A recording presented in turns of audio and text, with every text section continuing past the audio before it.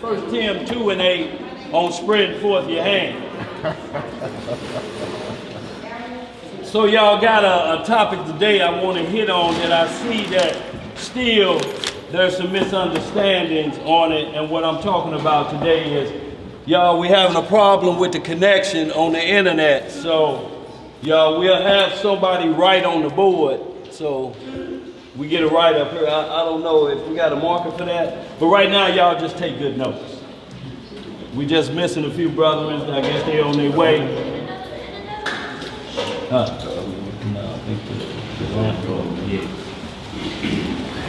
So y'all, like we always do, we always, if we got anybody that's new down here, please just hold your hand up, introduce yourself. You know, go ahead, bro. Lord Shalom, I'm Elder Cliff White. Yes, sir. Some of you probably know me from the World Center on the office over there. Okay. Some of your brothers gave me an invite like last year, and I'm just not coming over. Okay. Some of my other members got an invite, and so it's just a pleasure to be among brothers and sisters in the name of the Most High. Yes, sir. Yahweh, the Son, Yahshua, HaMashiach. Yes, sir. Hallelujah. Just feel like we have behooved us to be here. In Yahshua's precious name, I greet you. Hallelujah. Hallelujah. All right, y'all. The reason we do that is because this is Bible study, and if we family need to know who you're around. So just so we stay focused, so to speak, and everybody know what the purpose is down here. Y'all, we 100% messianic to the bone. We believe the whole book from Genesis to Revelation. We don't think nothing's been added or taken away. If there's anything in your heart, mind, or soul that believes this is tampered with, then you have to scratch holy off the front of it, because it can't be set apart at that point. This is holy, so it keeps us and gets us correct. If we have errors in this, then there's no correction. We're going to be on a treatment plan, just like hospitals give you. They don't give you cures, they give you treatments. And it's a lifelong treatment. And you have to keep going to them, and then you depend on the creature more than the creator. So we have to be careful, and we want to always understand what you're representing. You can't represent bootleg. If anything you're talking about been tampered with, it's bootleg. It's a copy. That's right. It's not the real deal, y'all. So with that understanding, this is Bible study. All you have to do is raise your hand. Any question, you can stop us. This is class. And there ain't no question that sound crazy, or if you say, hey, I didn't want to interrupt the class. We don't want, that's if you choose to do so. But there's probably 100 people thinking the same thing. So we don't know if you'll be here next week. We don't know if we'll be here next week. So get it off your heart, mind, and soul. And we always do that before the start of class. Anybody got anything on their heart, mind, and soul that's been troubling them concerning these scriptures or topic? And we'll touch on them briefly. If they're going to be long and we have to do a class on it, we'll explain it to you later, or we'll talk to you after class.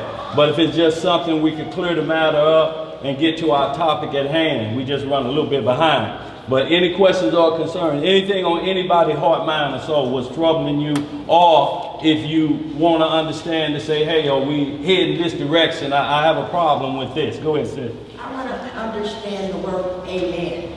It's referenced in the Bible, but I Give me the Hebrew definition of that. Shalom, bro.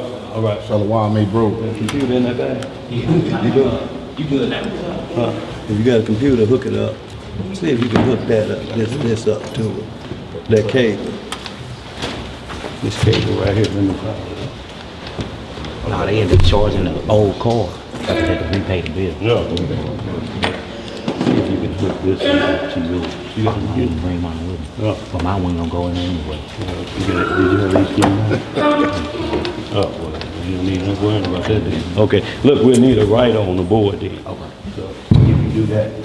So, I'm sorry, sis, go ahead and repeat yourself again. I just want to understand the word amen as far as the Hebrew perspective. Okay, go ahead, give us amen, bro. Amen is H543. It's amen.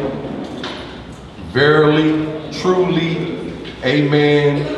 so be it. Abstractly faithfulness, adverbally truly. Amen, so be it, truth. So every time you see it, if there's conversation or the discussion of the word, if it's agreed upon, if the understanding is met by both parties, because everything has to be established with two witnesses that paint the same picture, about the same topic, about the same subject. And then when you understand that, you say, I can teach from that perspective. Amen. I agree. That's all it's doing. But where we was taught in Sunday church, they would beg for amen. Come on now, can I get an amen? Didn't he rise on Easter Sunday morning and get them Easter eggs together? You holler amen to that. You're like a parrot at that point. You're just going along with what he's saying, whether it's right or wrong. You have to be mindful of what you're saying. I agree with that about. If it's not these laws, statutes, and judgments, there's going to be a problem. There will be a reckoning in your consciousness because you can't syncretize this doctrine. Meaning there's a term out there called syncretism. That's where you mix two doctrines together. We don't mix the doctrine of Christianity with this. The doctrine of Christianity can't be found in the New Testament. No. It may look like it, but Satan comes as an imitator. He's not going to be so left field you can't see it. It's going to look like a mirror image, but our mindsets now think that we're copying off of them. No. Which came first, the chicken or the egg? Chicken. So the dress and everything that they see, they copied from these scriptures.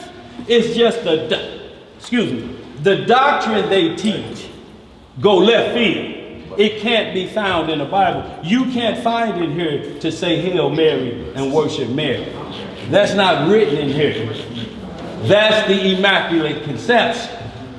The virgin birth written in here is totally separate from what you read when you Google the Immaculate Conception. It's nothing comparable to the virgin birth. It may look similar and it may sound similar, but their practices tell you it's totally different. Because they tell you, if you sin, go say 3 Hail Marys. Rub these beads for about an hour. Go in this closet and tell a priest every dirty secret you done. That ain't in here. That appears to be in here.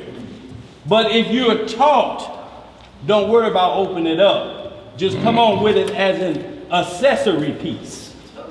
It's like a Dooney and Burke purse. It's like a Gator wallet. That's all it is. But when you have a bootleg that, it's going to be the same way. You in a club with a $3,000 purse and got change and 3 broke cigarettes in it. That's all it's going to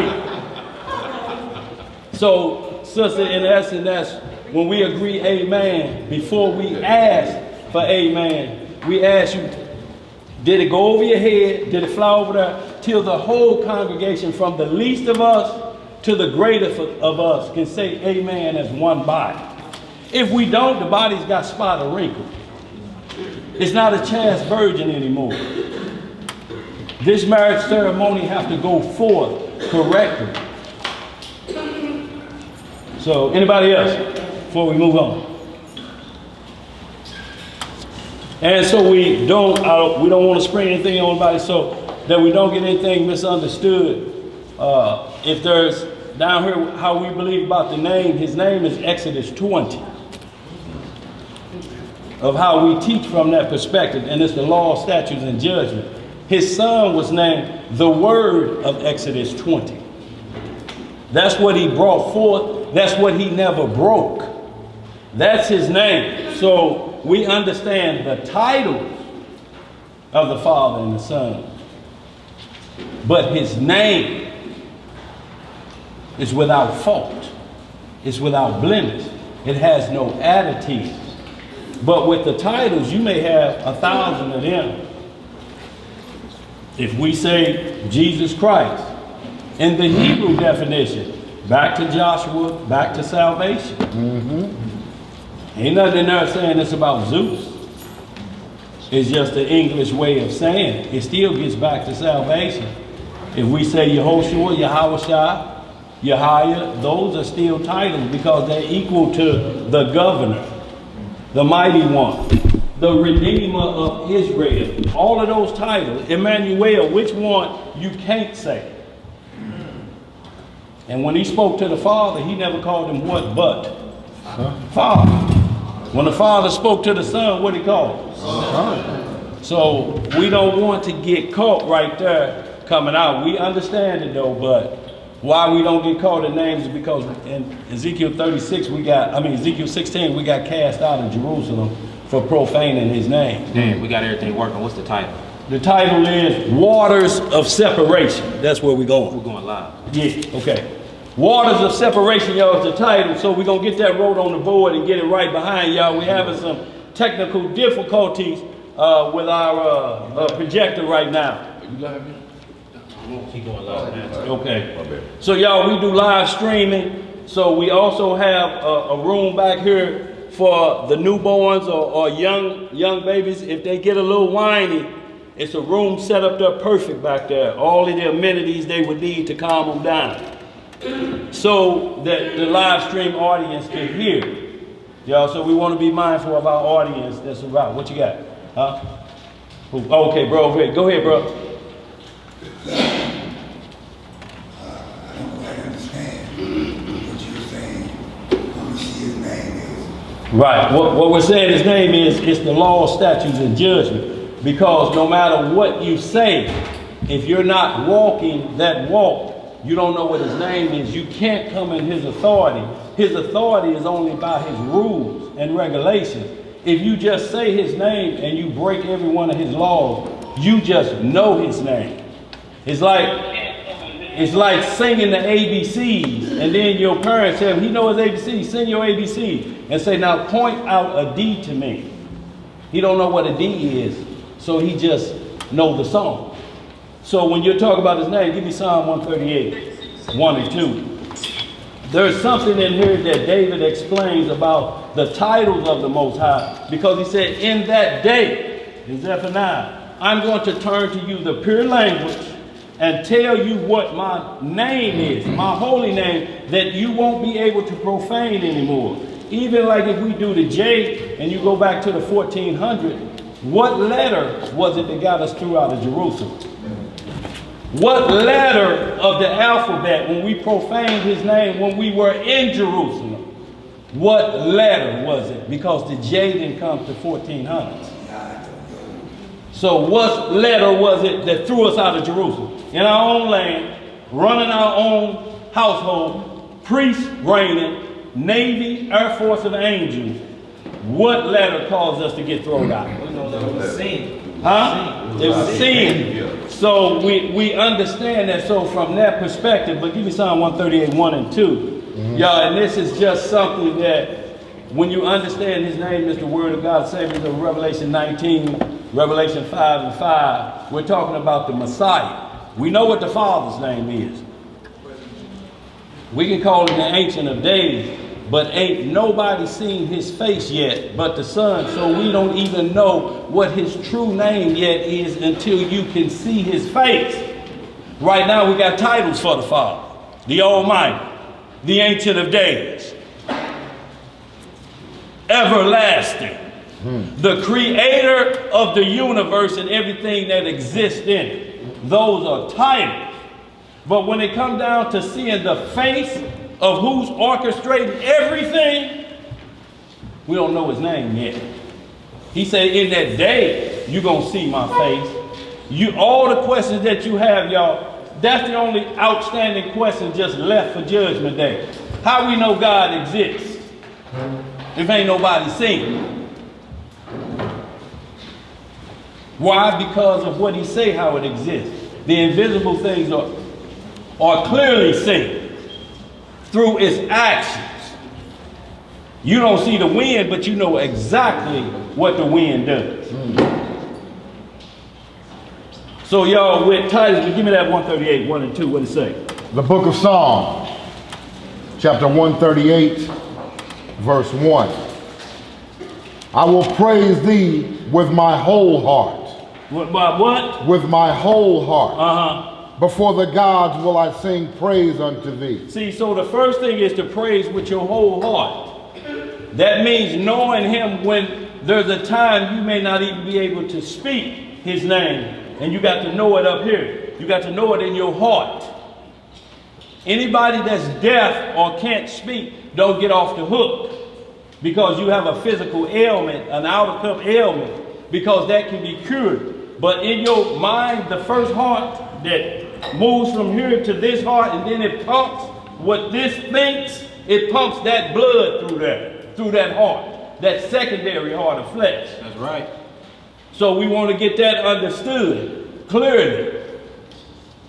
What we talking about down here, y'all, there's an order of Melchizedek that we're currently presiding under as priests.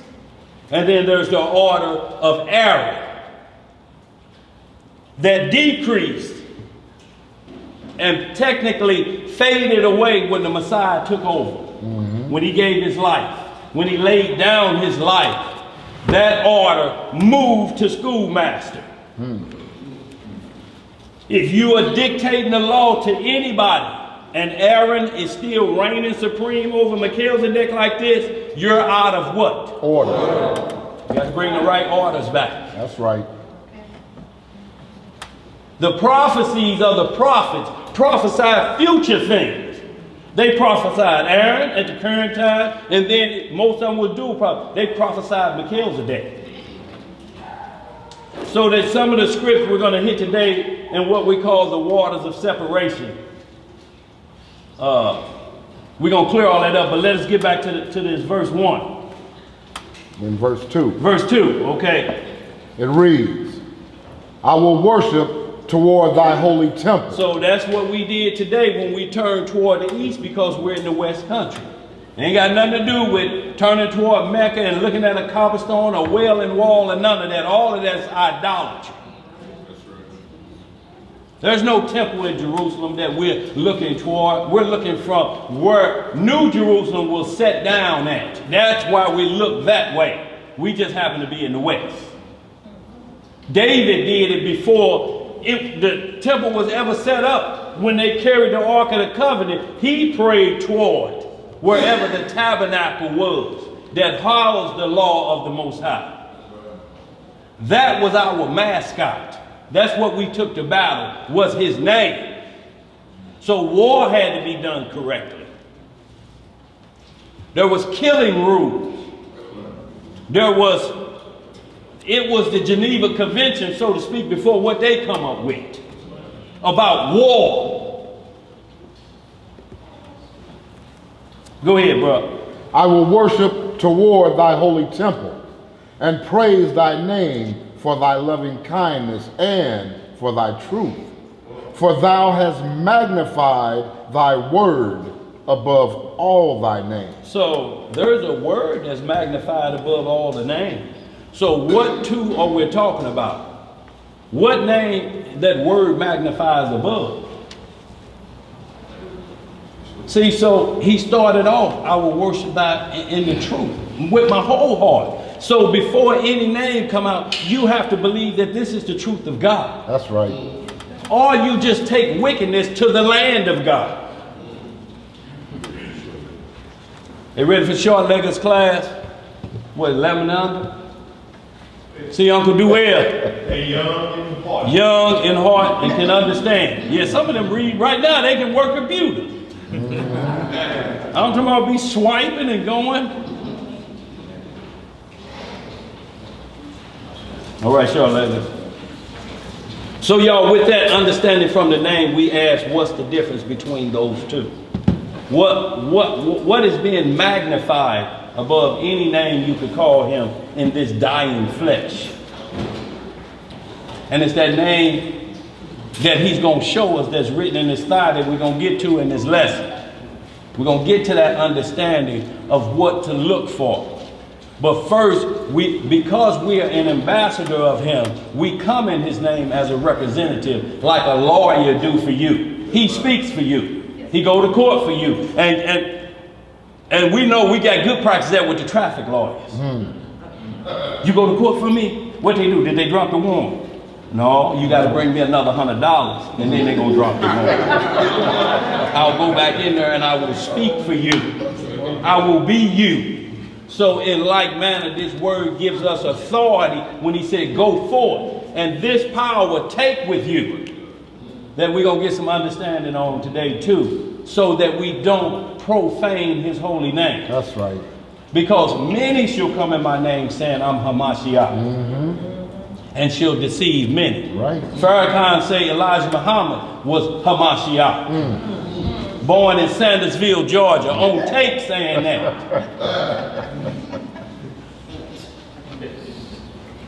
Many, Hulon Mitchell, Benjamin Carter, all of them ain't fitting the prophecy. You must fit the prophecies 100%, or a little leaven and do what? Leaven the whole lump. Can't be 99.9999999. You gotta be 100. When you're talking about P-U-R-E.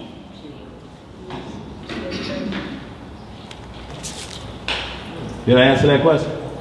Any questions though further? Sits in the back. But we don't, any, like I say, any name that anybody may have a problem with, we just take it back to Jerusalem. Why we get kicked out and wasn't no J. That's all we're saying. Go ahead, sis. Is any sin any different than the 7 deadly sins? Is any sins what? Any sin different than the 7 deadly sins? From the seven, yeah, I mean, there's, on the low end, 613 that some say are counted, but with all the prophecy, statutes, and judgment, that could be 813. But it's still equal death. But there's some in there that's death automatically. If you touch a child, it had been better that you had not been born. Judas Iscariot, it had been better that he had not been born than to betray the Son of Man. So they go straight to perdition. So those are felons. Then you got misdemeanors. You got turtle dove sins. You got, and this is why under the order of Melchizedek is so conscious on it that if we still under Aaron, we go by the letter, you'll take a bullock, or as long as you got sacrifices, you will be headed over to Brooklyn with a fistful of dollars and a rack of turtle doves in the trunk. Right now, sheep and goat and lamb and oxen would be extinct if we were still under that order, having to sacrifice with all the sins we commit. Your children, you have to be pointing to them, baby, that's an oxen. We used to sacrifice those. But we'll run out of them. If it weren't for the Messiah, we'll be short right now. Any more questions before we get to this lesson topic at hand? Anybody? Okay. Hey, sir, how you doing? All right. So y'all gonna go ahead and get started. And what we're dealing with today is called waters of separation. Both Old and New Testament, taught by the priests of Aaron, and moved to a different understanding or a higher priestly level to the order of Melchizedek, was the same order that was given to Adam in the Garden of Eden, who was a Melchizedek priest all the way up to Jacob coming out of Egypt. That's right. Was Melchizedek priest. Abel knew what to sacrifice. Noah knew clean and unclean to get them on the ark. Sodom and Gomorrah incinerated because of what laws before Mount Sinai?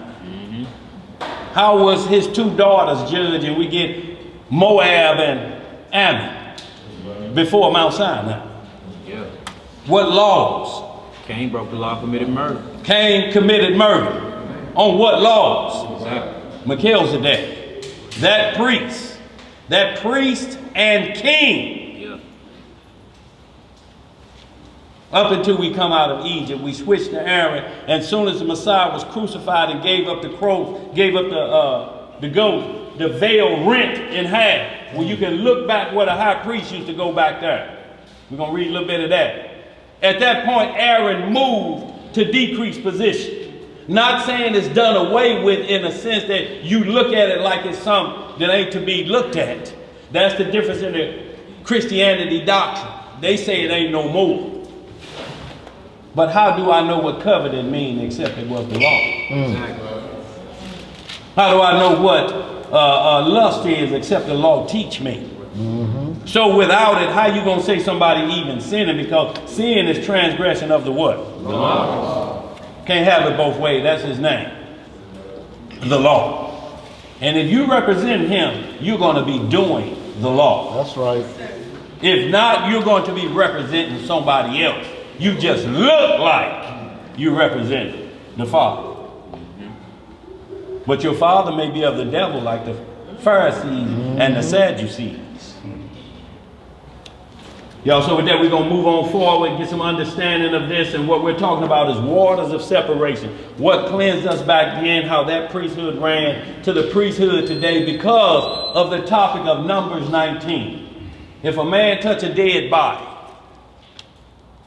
this understanding, because this spiritual book is a book about health and how to go to the doctor and doctor on yourself, tells you how to get healed of your sickness. And the main thing is stop doing what? Sinning. Sinning. That's the first step to healing. The doctor, when you go to him, he don't ask you right then, your foot green. Oh, I got some green remover right here. No, they ask you, how long has it been green? Well, I first noticed it about 2 months ago. Well, before that, what? And you get back to the beginning of it. Like he said, you have to start at the beginning to deal with any issue to bring cure to a sickness. Straight up. If you don't start at the beginning, you're only going to get treatment. And y'all know how treatment is. Go back in there and get my pills. I done left my pills. We got to get this in our heart, or you're going to be hollering, go back and get this. I done left this. This device at the end of your right hand. The tree of good and evil. Pull up anything on her. All of the names of the Messiah in Hebrew. Big black. When ain't nobody looking. Whatever you desire is right there. So y'all, let's get it. Exodus 40. Who's that, 40? Yeah. 40th chapter. Y'all, we're going to set this up because of Numbers 19, y'all, dealing with contamination, or what we call cross-contamination. If I touch a dead body, does that cross-contaminate to me? And can I give it to somebody else? And how do I get washed clean of that? We're going to show how it was done under the order of Aaron, and then we're going to show Melchizedek, because there's a lot of issues with this coming up around the Passover time. Or one going to a grave site. Or if we're reading some of these scriptures about dead, then there can't be no funeral home. At least nobody working on the dead, because they can never be clean. When do they get to take off? You would have to have a rotation. You work on the body, wait 3 days and get clean, and then wait the other 4 days, and then you can come back and work on the body and get unclean again. But what's going to happen if dead bodies don't get embalmed and taken care of? What we going to have? You're going to have disease and pestilence. Yeah. Lasting a mildew. So y'all, we have to look at it from the four corners. If you say, no, you can't, you have to be what's called perfect. I understand this from every angle, from every priesthood, and I can answer it from every decision you may ask, because ain't nothing here uncommon to man that ain't already happened. We just have technology. But guess what? We don't have the technology they had in the garden. We don't have the technology. Somebody say, them prophets, boy, if they saw an airplane today, are you kidding? An airplane? What about an IFO? An identifiable flying object. Right. That's described in Ezekiel. Right. That's described in Jasher chapter 3 and chapter 4 when it took Enoch away. Or then about the angels that went up and down through the heavens. Yeah. That's technology, right? That's technology. That's what they're trying to get to. Yeah, yeah. Fast as you at now, Russia just built a rocket, not a plane. A rocket that does Mach 22. Mach is 600 600 miles per hour, that's sound. Mach is sound. It's only 600 miles an hour times 22. That's the fastest they can do with a rocket. That's not a plane, but an identifiable flying object, the chariot of the Lord. You can't clock its speed. It's the speed of light. And they done already told you when you measure the speed of light, it's 187,000 miles a second. So when you get to the light, you'd have been a whole day. And ain't no man been a whole day but the man who was already there before the whole day. And that's the Father and the Son and the Holy Spirit. They was there before day one. They were in on creating day one. He's the first creation of everything, of all the Father's creations. First in line, then the angels, then mankind, then beasts, or however it goes. Sun, moon, stars, but everything after that. Exodus 40 and 12. 40 and 12. Yeah. Y'all got any questions, y'all? This Bible study, y'all. And like I said, we do what's called reproof and correction. And if we're reproof, we accept correction down here. Ain't nobody too big, because Matthew 23, he said, y'all brother. I'm y'all master. I'm y'all teacher. I'm y'all rabbi. I'm y'all reverend. I'm all of that. Y'all brother. Straight up. That's right. Brother Daniel, Brother Boaz, Brother Yaqui, Brother Al Ben Israel, brothers and sisters. And I know most of y'all name Mordecai, Tobias. Bro. I just bet you, bro. Where we at? Let's get it. We're in the book of Exodus, chapter 40, starting at verse 12. Yes, sir. And it reads, "And thou shalt bring Aaron and his sons unto the door of the tabernacle of the congregation, and wash them with water." So we can see the washing of the chosen high priest. Understand this, Aaron was a high priest. Moses was a priest of the Lord that moved between Melchizedek and Aaron, priesthood. But Aaron could only go into the holies of holies, him and his sons, Eleazar and the rest of them down that line. Moses then was priest. But when we're talking about high priests, one father and his sons. Let's read some more. Verse 13. "And thou shalt put upon Aaron the holy garment." The what? The holy garment. "And anoint him, and sanctify him, that he may minister unto me in the priest office. Go ahead. And thou shalt bring his sons, and clothe them with coats. And thou shalt anoint them, as thou didst anoint their father, that they may minister unto me in the priest office." Is that they may minister me into the what? In the priest office. Okay. "For their anointing shall surely be an everlasting priesthood throughout their generations." See, and throughout their generations. Because it's already written that there's going to come another high priest that's going to supersede this. Y'all just get Israel back on point. We've been in Egypt for 400 years. And Egypt is just like America, because America copied off of Egypt. So everything we doing here as Israelites finding our way, we was doing the same thing in Egypt. Same type of deal. Egypt got 380 gods. What you think we was doing? Moses was raised as an Egyptian. Moses' name, if you got a problem, Moses' name is named by who? Instead of a white man, he was named by a black man or a black woman of the seed of Ham. Moses, offspring of Mizraim. Go ahead. Moses is an Egyptian name. Moses is an Egyptian the name. Hebrews called him Shema.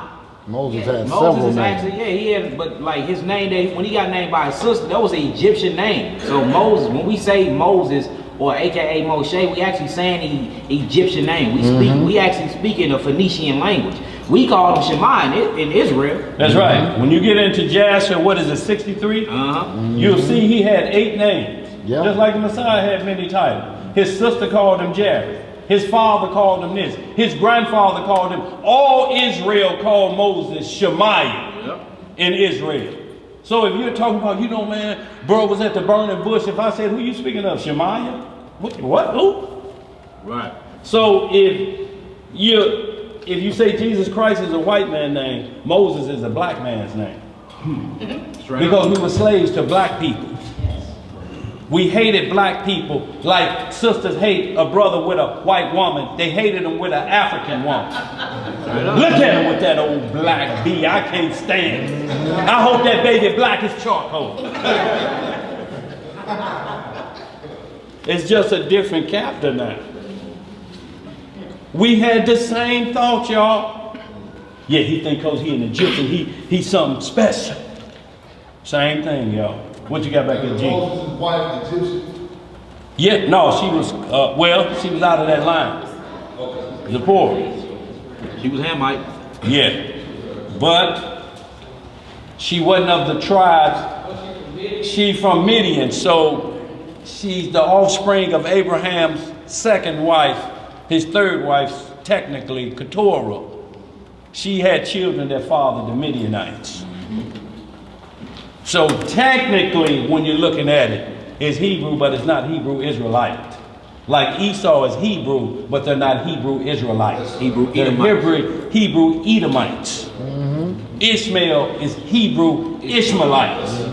But the promise went through Jacob and his 12 sons, because ain't no deathbed confession from Esau to his 12 tribes. Ain't no deathbed confession about Ishmael and his 12 sons. Just like the 3 got off the ark and established the landmass, the 3 sons of Abraham established the promises and the covenants that's given out and play out prophecy in those lands of the original 3 boys.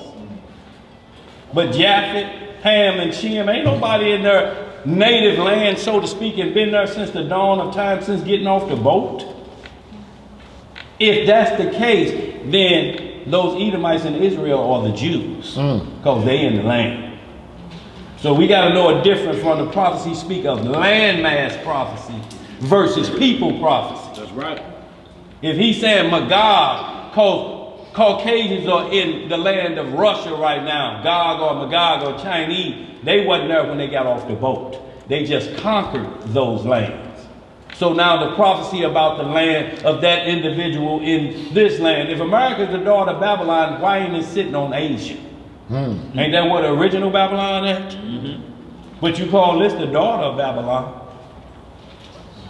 Spiritual Babylon. So yeah, we ain't gonna belabor that, but we'll move on.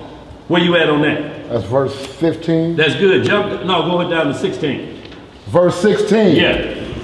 Thus did Moses, according to all that the Most High commanded him, so did he. So Moses did all that the Lord commanded him. And you know, what we understand down here, like I say, we're full Messianics.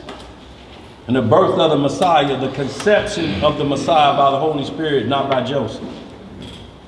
Joseph was a father that took over. But his conception, his pregnancy, her pregnancy, I should say, an angel was sent to discuss the pregnancy. Not how children are made, but who got this woman pregnant. Now, you're not going to have an angel come to you and you already know I did it. No, the conversation is, who's that baby's dad? Because I'm about to put her away privately. I can't vouch for her. We got Numbers 5 on the table. How about the waters of separation come into this picture? Read some more. Where we at? Verse 16. Yeah, you finished that. Yeah. Jump right down to verse 30 and through 32. And then we're going to get right into the Messiah side of this under the order of Melchizedek. And y'all, the only reason we're saying is everything you examine is like Matthew 5:32. Except your righteousness exceed the righteousness of the Pharisees, you have no part in the kingdom. You have a kingdom of Pharisees. And when you have a kingdom of Pharisees, they make up laws. All white people gonna be dead. Every nation gonna be dead. Then if that's the case, who gonna be your slaves but you? Right. So what you gonna do? Put a title of another nation and be the nursing king and you Israel? It don't make sense, y'all. Go ahead, where we at? We're in the book of Exodus, chapter 40 and verse 30. And he set the laver between the tent of the congregation and the altar, and put water there to wash withal. And Moses and Aaron and his sons washed their hands and their feet thereat, when they went into the tent of the congregation, and when they came near unto the altar, they washed, as the Most High commanded Moses. So there was commandment washing that the priest had to do to make sure they don't cross-contaminate. Every doctor, when he come in the room, he's by law have to wash his hand every room he come into. He can't bring what I was in there touching on their leg and their green foot and then come in there and ain't washed his hands. If you saw somebody dig in their nose and then reach for the bread, what you gonna do? No.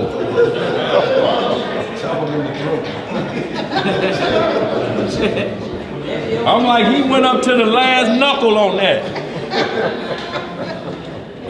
And reaching for bread? See, they don't even do that in them foreign countries. You get caught stealing, they cut off your right hand. Because everybody passed the food with the right hand. You wipe your rear end with the left hand.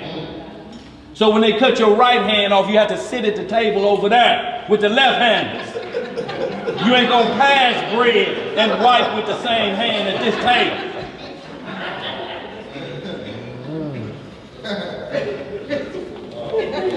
Let's move on. Go ahead, bro. Where you at? Verse 32. What did it say? I read it. Okay, go ahead now.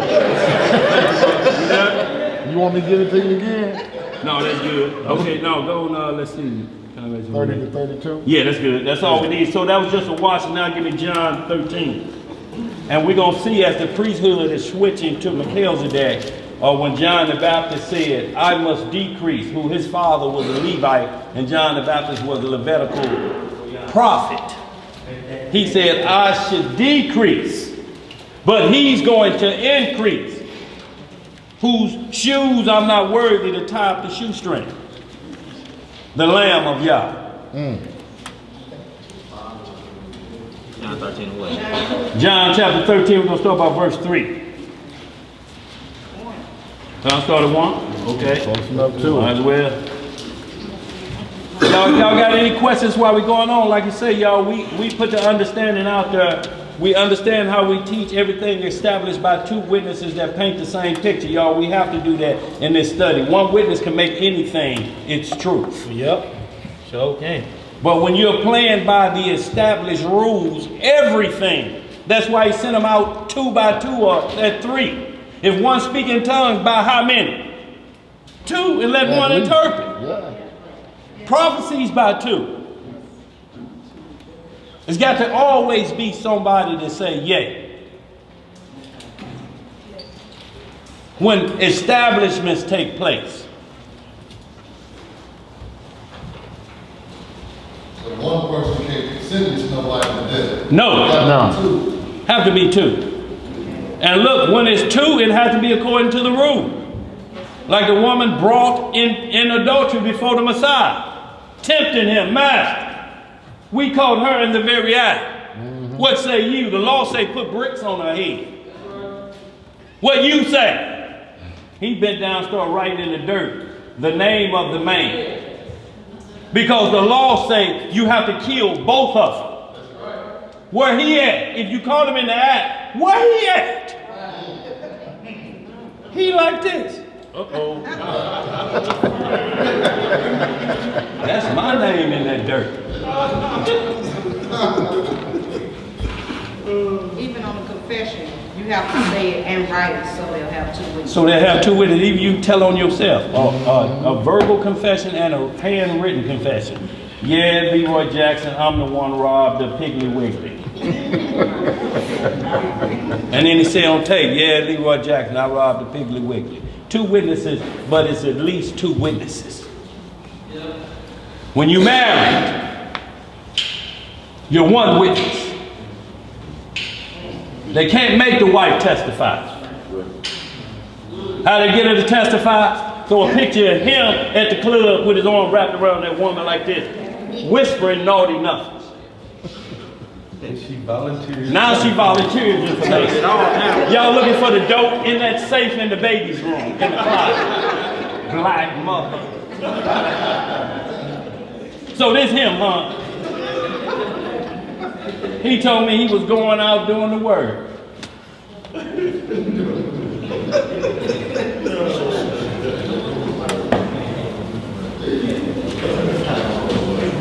Where we at? John chapter 13, verse 1. What it say?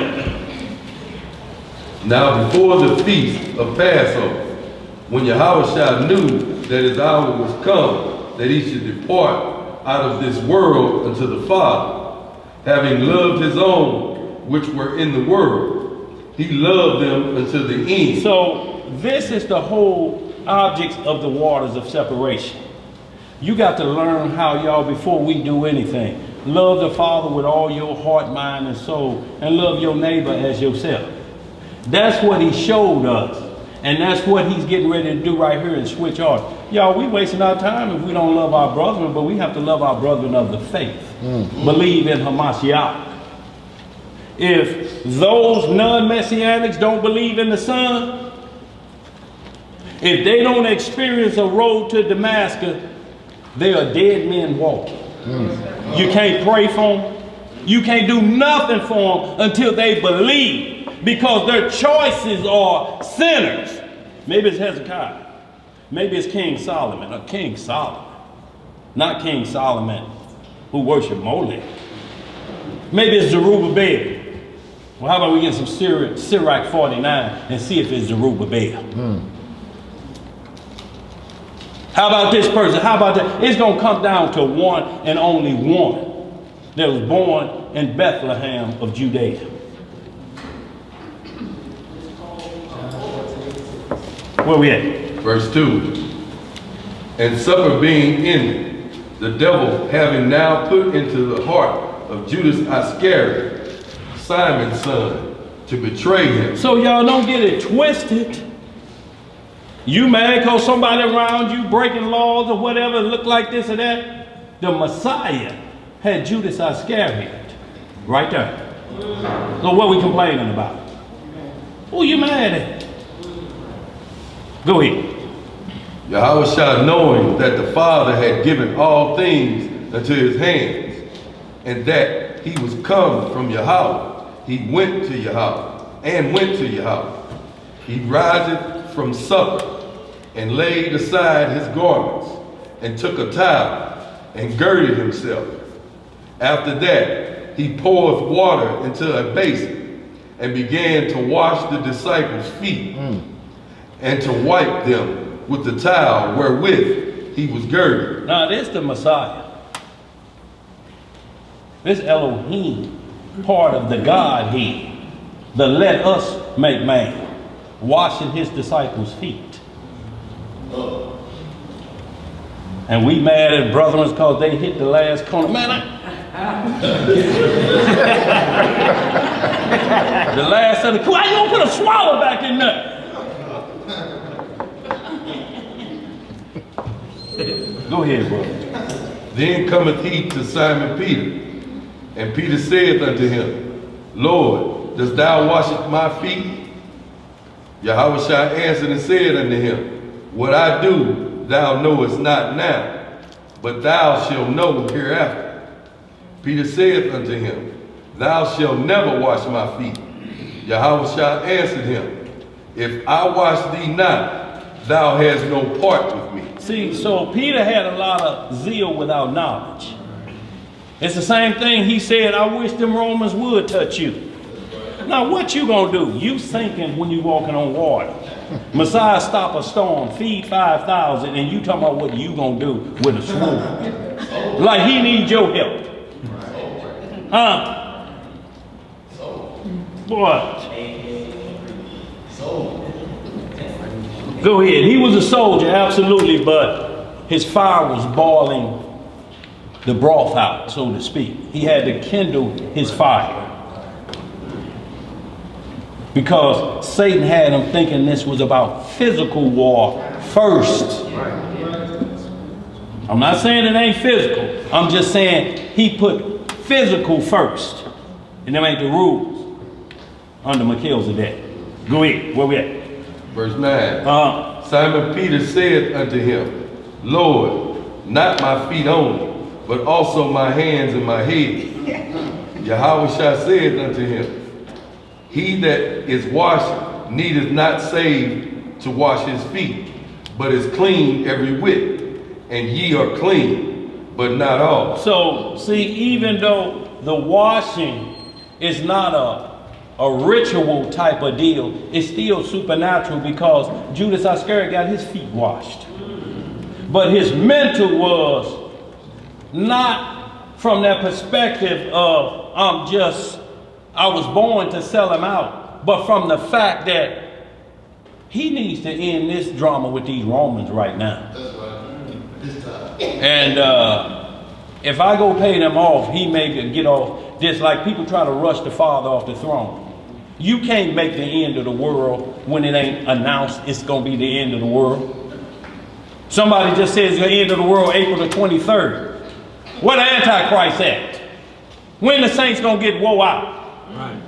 How are we getting woe out and we watching the championship game? And ordering wings. All of that has to take place before the end of the world. And they already put a date on it. This is what Judas Iscariot was trying to do. Force his hand.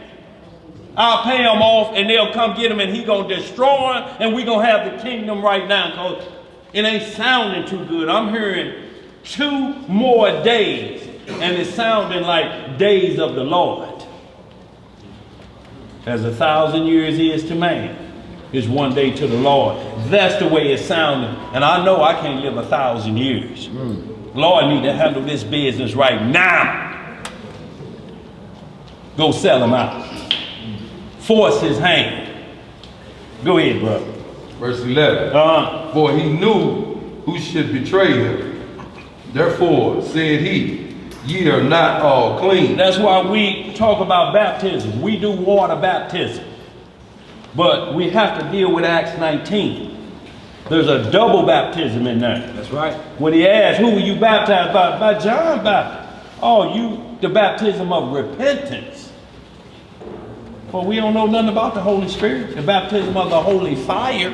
Straight up. That comes on you and make you prophesy or speak in tongues. We ain't heard about that. He then took them and laid his hands on them. But this ain't nothing different than Moses laying his hand on Joshua and transferring the Spirit. Same thing in Deuteronomy 34, ain't it? Moses laid his hands on and Joshua received.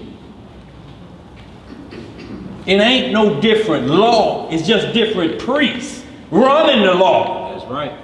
That's right. It's like you have laws, but you bring in a new captain of the police to do what? To make these laws work like these what? These laws over here was going to have to keep sacrificing bulls and goats. These set of laws over here, you sacrifice up here. I don't care. You can put on all the fringes in the world. If this right here ain't regulating right or something on your mind, it's going to show on your face. Straight up. I'm being tormented by my conscience. And good don't make you torment and look like that. That's right. That's right. Good have a different countenance look when you done that, and that's on your mind. You just don't want to tell nobody about it. Why you always smiling, dog? You gonna find out. But something else on your mind, lips ashy. All about Tyrone Biggins about her, just ashy. What's wrong, dog? That dream, oh, your conscience. Living in your conscience for 8 hours last night, huh? Got you troubled. Vexation. When you woke up in the flesh now. Vexation, huh? Yeah. See it all over your face. You ain't got to say nothing. Let's read. Verse 12. What it say? So after he had washed their feet, he had taken his garment and was set down again. He said unto them, Know ye what I have done to you? Ye call me master and Lord, and ye say, Well, for so I am. Read that again. Verse 13. Ye call me master and Lord, and ye say, Well, for so I am. See, that's again Matthew 23:8. I'm master. Y'all do well by calling me that. Calling me the chief teacher.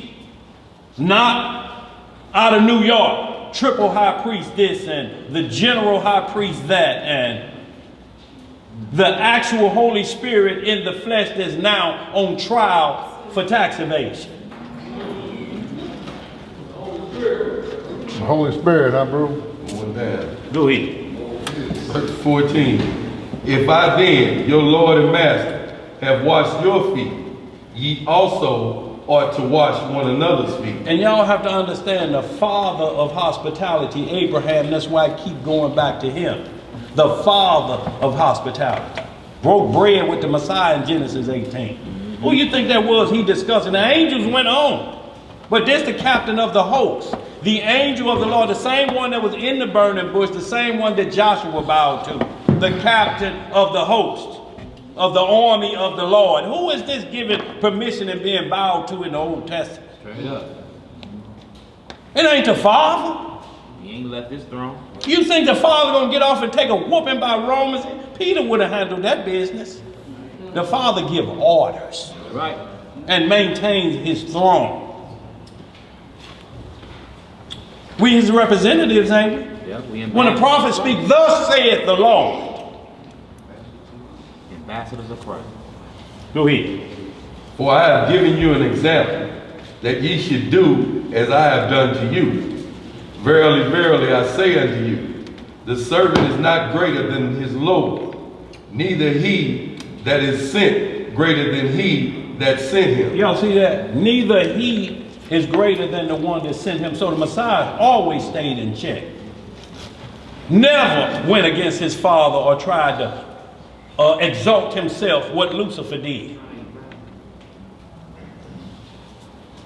Hold that, y'all. So I just wanted y'all to see that part of the washing when we was transitioning from Aaron to Melchizedek. And Peter like, wash my whole body. So we do water baptism down here, but we explain Acts 19 thoroughly too. Thief on the cross didn't have no water baptism. There's certain things we have to ask that. And say we are all baptized when we went through the Red Sea, but the script say it's like we went through on dry ground. Who got wet? Nobody got wet. So is baptism right? The Egyptians got wet. Very good question. Very good, brother. Y'all, he said the Egyptians got wet though. Right. Real wet. Soaking wet. So y'all, we want to always get it from north, south, east, and west that water baptism is not the only form of baptism. John the Baptist was baptized while the Messiah was in his mother's womb. And John the Baptist was in his mother's womb. The Messiah baptized John the Baptist. When his mother said, he leaped in my womb, when the presence of the mother of the Lord entered here, he leaping in my womb. What's going on here? At the salutation. So John was hit from the womb with spiritual birth. Supernatural baptism. In the womb. Kicking like a mule. From just the voice of her who walked through the door. Now, if she had to walk through that door and been pregnant by infallible flesh, that baby wouldn't have been kicking like that. I got a question. We got a question. Go ahead, brother. I have a friend that is within the word is messianic, believes in the Father and the Son. She backslid. And she believes that she should be rebaptized. Right. What's your take on that? Well, like I said, we don't prevent. We look at Acts 8 as well.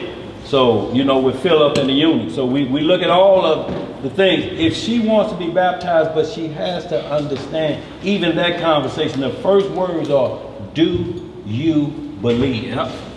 If you don't, you're just going to come up a wet sinner. She had God, she had everything in her in the name of Mashiach. Right. And she backslid. And she wanted to be reimmersed. Right. But see, so we have to be careful that we don't fall into the same condemnation of Hebrews 6 chapter. Exactly. Once you done taste this good grace, we don't want to play Russian roulette with it. Oh, I get another chance. Because we can't put them back on the cross. Nope. No more. The sacrifice was once, so now you got to be about the rules. These rules apply with liberty, and they give you grace a time to get it right. But you can't go back under Aaron and think you're going to. You're going back into the old priesthood with water. If you saying, I just need to wash it away, and then I need the Holy Spirit to come on me, but she has to believe fully. Even if she believed and didn't get done, she still has to believe from that perspective, so the Holy Spirit gonna come over you. Because if that's the case, we got John 4:4. The Messiah never baptized but his disciples. Paul say, I never baptized but two families I could think of, Stephen and the house of Stephanus and Gaius and them. Anybody else, I can't remember who I baptized. The Lord didn't send me to baptize, but to preach the gospel. That's my first order. Then if that needs to happen, at least you know why you're going under the water. If you don't understand that, you're going to be like Nicodemus. You must be born of water. You must be born again. I got to come out of my mother's womb again? He's like, it's going to be a long day. And you're a master of this race. And you actually think your head big as O.J. Simpson's, you can come back out of your mama again. You're a master in this race. No, you must be born of spirit and water. That's right. And then Nicodemus got it because they were the one that wrapped him up. And that's one of the verse I want to get to when we're talking about Numbers 19 about the dead. These priests were still under, well, it had shifted Melchizedek, but they're the ones that wrapped the Messiah up. They're touching the dead body. They're anointing him. So, y'all, and laid him in his grave. So all of Numbers 19 gonna have to be answered with all of this taking place. And we're gonna get to a couple of them before we run out of time. Let's get it, where we at? Did I answer your question, brother? Look, we water baptized. As long as they believe that the Holy Spirit reigns supreme, it's fire baptism reigns supreme over water baptism. As long as that's understood clearly. Like Aaron and Melchizedek. You got to understand which is right here and which stays right here. So she had the proper understanding that it would be okay for her to be reimbursed. Yeah, Exactly. no problem. Exactly. I got a brother, Haji Go Lightly, out of ATL. Shouts out, Haji. They're going to do some baptismal talking about it in Memphis next week. So by no means, shape, or form, we just want you to make sure you understand Melchizedek. Because if you're standing at the throne with Aaron on, there's going to be a problem with you on Judgment Day. Yeah. You got on high priest clothes. You got on Exodus 40. Right. You ain't got on Ephesians 6:9. Right. I don't know you. So it ain't the water that's baptizing you, because your mind has to be washed from sin. So Yes, sir. The baptism is the change of the becoming a new creature, the change of mindset. That's the baptism. Yes, sir. You don't need water for that, but it is part of our culture. So if you want to get dipped and you believe that your mind has already changed before you get dipped, then of course. But if you just doing that to feel better, then you might as well go to Sunday church. Yes, sir. Yeah. What you saying back there, old bed? Yeah. Yeah. Most definitely. So yes, sir, we do. To break it all down. Go ahead. Where we at? Let's speed it up a little bit, y'all. What you want next? What you want next? Okay, so y'all, next we going right to down we hit that. Let's go to 1 Peter.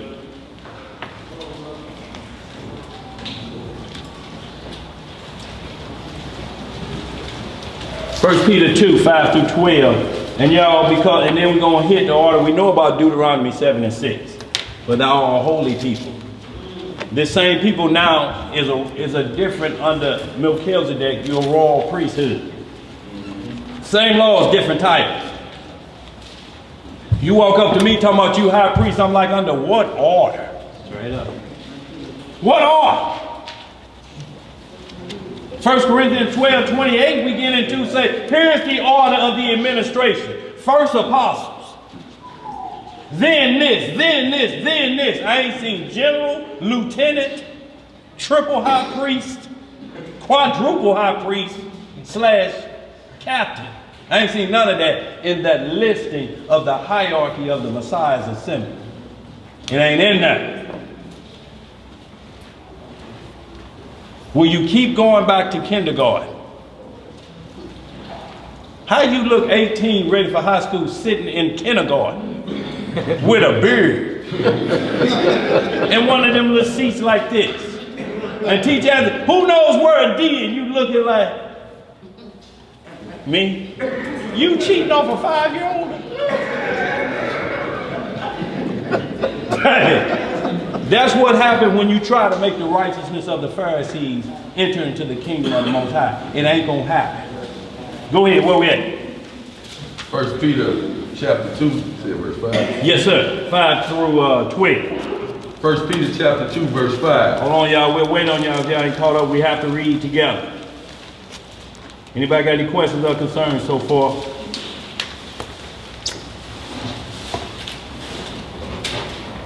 And y'all, what we're talking about is once you love the Father with your whole heart, mind, and soul, and that means believing in the scriptures as they are written.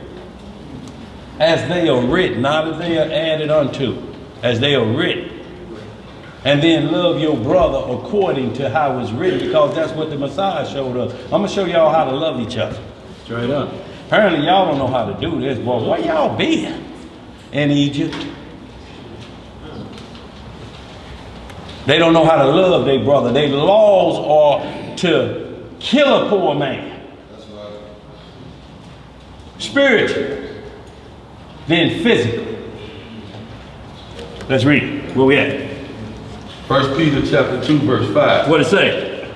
Ye also, as lively stones, are built up a spiritual house and holy priesthood, to offer up spiritual sacrifices acceptable to Yahweh by Jesus Christ. Yes, sir. So we're a spiritual house, lively stones, a holy priesthood. So now we're moving into how we become priests to deal with dead bodies, to deal with washing, to deal with cross-contamination. Now we those priests, like Moses and his sons were priests. That's right. But they wasn't high priests. Aaron and his sons were. Let's read. Wherefore also it is contained in the scripture, behold, I lay in Zion a chief cornerstone, right, elect, precious, and he that believeth on him shall not be confounded. Yes, sir.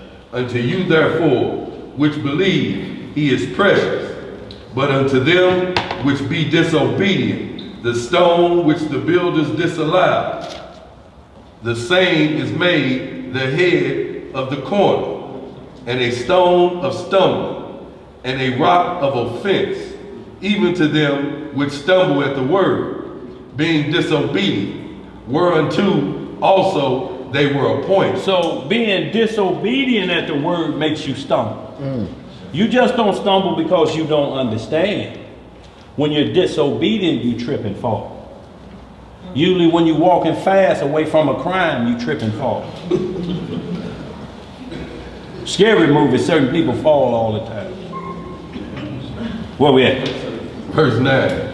But ye are a chosen generation. What are we? A chosen generation. See, when we ended that 40 about the priesthood, it said throughout their generation, Aaron and his son, through their generations till it come to the cutoff point. It has to come to the cutoff point in their generation. Now we're in this royal priesthood, the order of Melchizedek, how we are now priests. We have to conduct ourselves accordingly to the washing rituals. Spiritual though, like this is talking about. If you don't get it up here wearing and dunking and doing that, don't mean nothing. It's all vain at that point. Just got fringes on for what? Out of cut.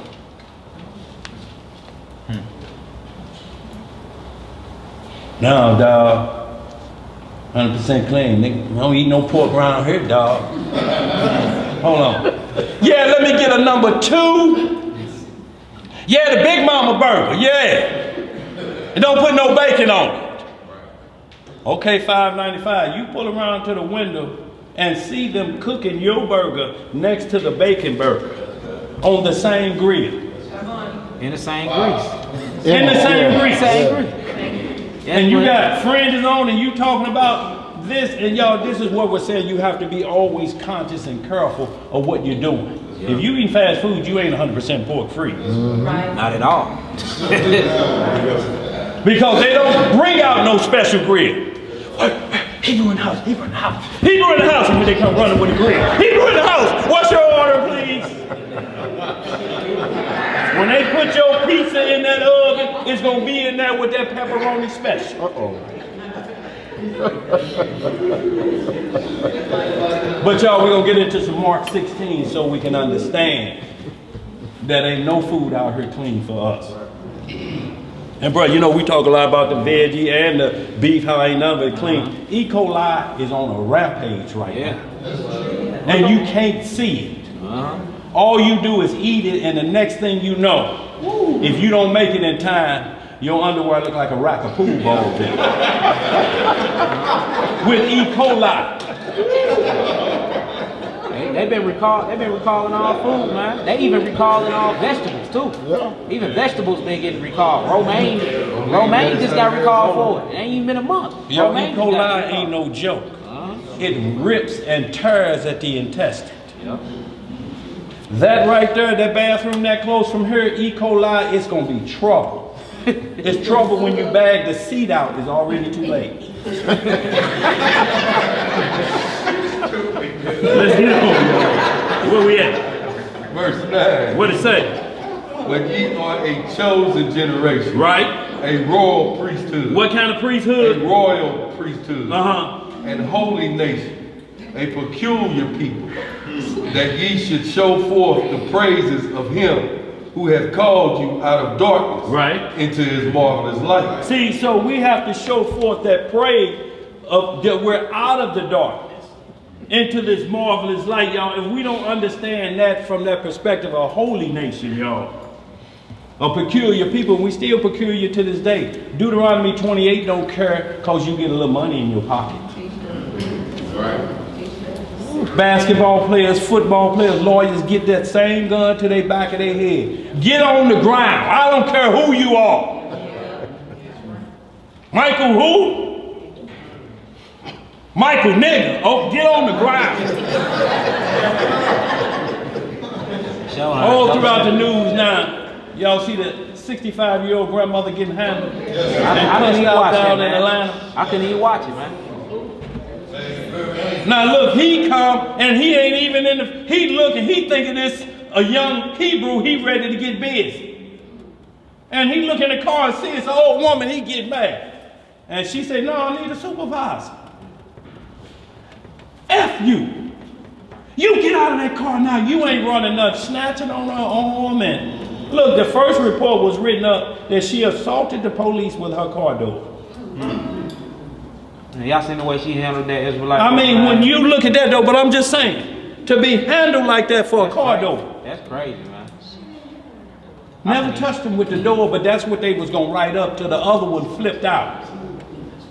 He wanted blood so bad. They let you know though, Dan, elders, youngins, infants. No regard for the young or old, bro. No, that's scripture, man. In 2018. It's so we won't forget about Deuteronomy 28.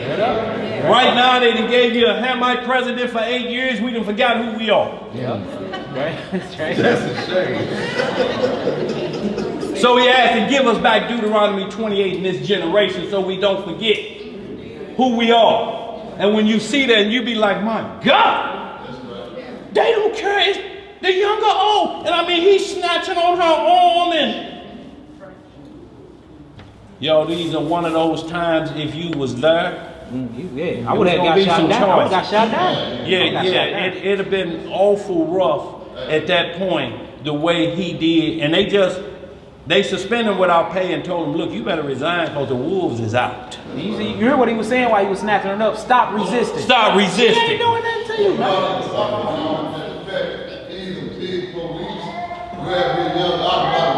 Right. Right. Now, I wish I was back there when he was doing it. I put my hands on it. Yeah. It'd have been more trouble behind it, but yeah, at that point, they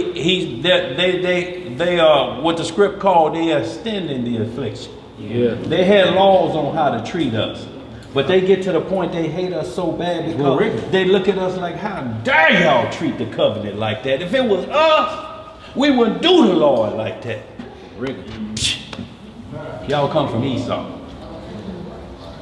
If you're talking about it from a doctrinal perspective, the wild olive branch can't never boast against the natural branch.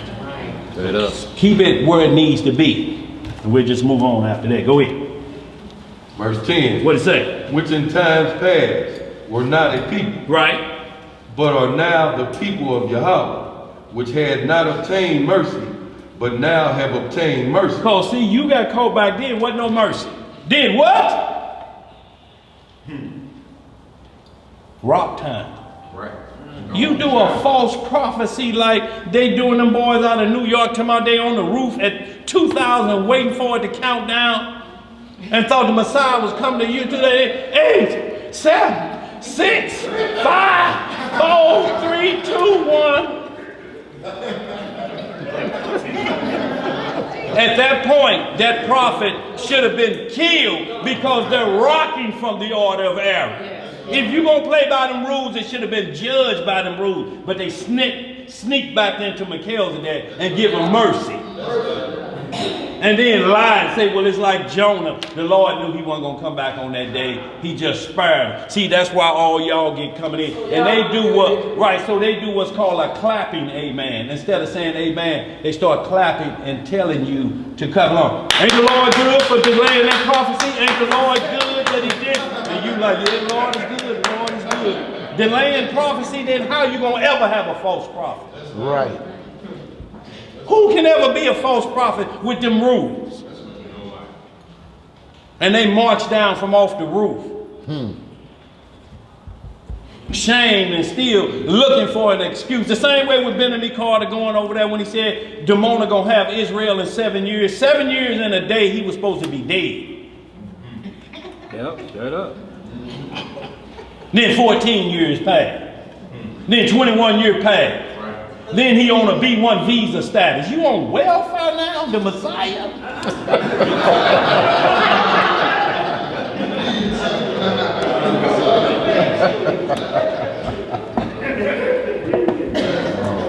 Let's read some more. Verse 11.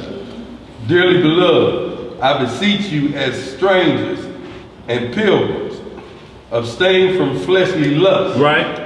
Which war against the soul. That's what war against the spiritual. Fleshly lust gonna wear your soul out. Let's get some more. Having your conversation honest among the Gentiles, that whereas they speak against you as evildoers, they may by your good works, which they shall behold, glorify Yahweh in the day of visitation. So right here, that's a responsibility on us to walk amongst the Gentiles circumspect. You got on friends, how you gonna let them see you clowning? How you got on friends and hanging out the passenger window out front around the floor? That's right, whipping up Cardi B. Sound like what we was doing in Egypt, right? That's what we was doing in Egypt. Rose up to play in Egypt while Moses was up getting the law. In our fringes. In our fringes. Lord saying, wait a minute. I heard some song and dance. Moses, Lord, they shouting your name. They hollering for you, Lord. They hype. He like, no. That's on the wrong station. I don't know that song. It's a different type of dance. That sounds like some stanky leg in it. Twerk. Dollars flying up in the air. Moses knew at that point, he like, Lord, kill me, don't get them. He like, nope. That ain't the way the rules work. You can't die for the people, Moses. You wasn't the chosen one for that mission. Messiah for this mission, but not the mission that's prophesied from Genesis 3:16. You're not the one. Remember, you wrote about it in Deuteronomy 18. Where we at? Okay, let's get right to it. Hit that 1 Corinthians 12:28 for me, y'all. Then we're going to get into this Numbers 19, y'all, because we're running out of time, and I want to hurry up and tie this up before we get out of here.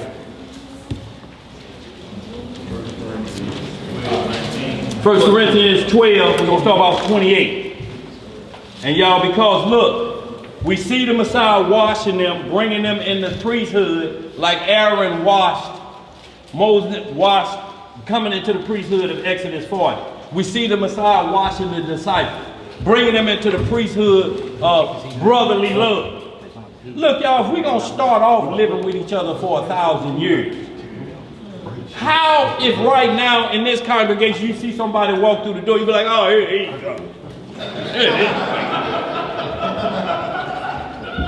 1,000 years with that? Man, what's up with the Messiah, man? I ain't gonna let him in there. You want to rechange what you said to the worldwide audience. You said Genesis 3:16. You meant John 3:16. No. Genesis 3:16 about the second coming where Moses was trying to take. No. I'm talking about the seed that should come. The seed that should come? Of the woman and the serpent. Genesis 3. Oh, I thought you said, okay, I'm sorry. I'm glad we get clear. Amen? I'm sorry. Okay. Look, and y'all, that's good. Because she's thinking right. John 3:16, for he so loved the world. But you're talking about the finished product here on earth. Well, part of the finished product because the second coming got to happen. But you were talking about that hitting the earth at that time.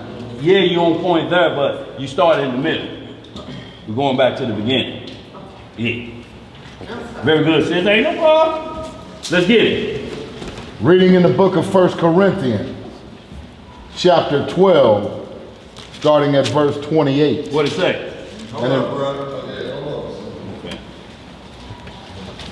Y'all haul it out. We'll tarry for our brethren. That's right.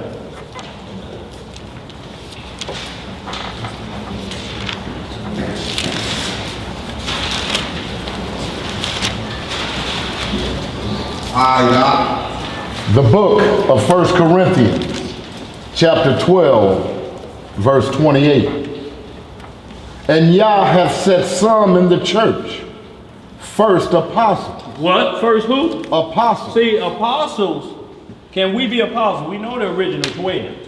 But an apostle is, when you look up every definition, it's almost an experience dealing with the Most High or the Son supernaturally. Yep. Paul on the road to Damascus. You know, and you're looking at the 12 disciples. These are now disciples that elevated their game to preternatural, so to speak. They're not supernatural yet until 1 Corinthians 15:51 when we all change. But preternatural, fleshly body that's going to die with supernatural qualities, able to do miracles. Preternatural. Look it up. It'll tell you outside the norm, almost supernatural, but not quite. Where we at? Secondarily, prophets. Thirdly, teachers. We number 3 on the list. Straight up. Teachers. I mean, could we covet to be a prophet, or you got to get prepared for that? Yes, you do. You think you talking tough, you got to be like Jeremiah was. He like, boy, you see the foreheads on me? He said, go up there and tell them what? I said, don't be afraid of The them looks Lord and what say, they look, do to you. your forehead gonna look harder than theirs. You scowl more when you walk by. Hey, Dan. This lets you know, though, Israelites that don't want to hear the truth, they'll kill you. He said, don't be afraid of their looks or what they'll do to you. What they'll do. Remember when Christ was walking and teaching, what everywhere he went, they was picking up stones to do what? They was trying to prick the Messiah. He slide on. Yeah. Like, boy, this people crazy.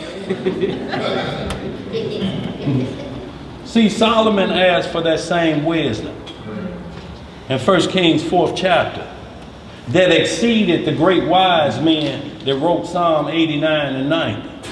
Those were wise men They had one boy named Dar was called the father of wisdom. He was so sharp. And it says Solomon excelled above all law. Because what? He said, I need wisdom to deal with this people. I need wisdom. He like, yeah, you know money can't do nothing about this people. Oh, cause they don't care nothing about no money. Good looks. They'll pawn the only TV to pay the cable bill. Still ain't watching TV. This people, Israel, you need wisdom with this people. Hey, that's the truth though, boy. Where we at? Continuation of verse 28. After that, miracle. Then gifts of healing. Right. Helps. Government. See, gifts of healing. This brother's practicing the gift of healing. Can put some roots and juju beads together and stir it up and off the list though. What did you say? Off the list. Bro, fix me up another one of them. Go ahead, bro. Helps. Governments. Diversities of tongue. Diversity of what? Of tongue. Are all apostles? Are all prophets? Are all teachers? Are all workers of miracles? Have all the gifts of healing? Do all speak with tongues? Do all interpret? See, so this kills the Pentecostal doctrine. Because they say if you don't speak in tongues, you can't have the Holy Spirit. Well, even in the books that talks about tongues, because this is an instruction manual. 1 Corinthians 14 is the book on tongues. It says, greater is he that prophesied than he that speaketh in tongues. So how is that man-made doctrine going to tell you unless you speak an unknown language that can't nobody interpret? And ain't no interpreters around. And then we done named ourselves after a feast day. I'm Pentecostal. You a feast day. You count 50, huh? Hey, just word 50 so we know what you say.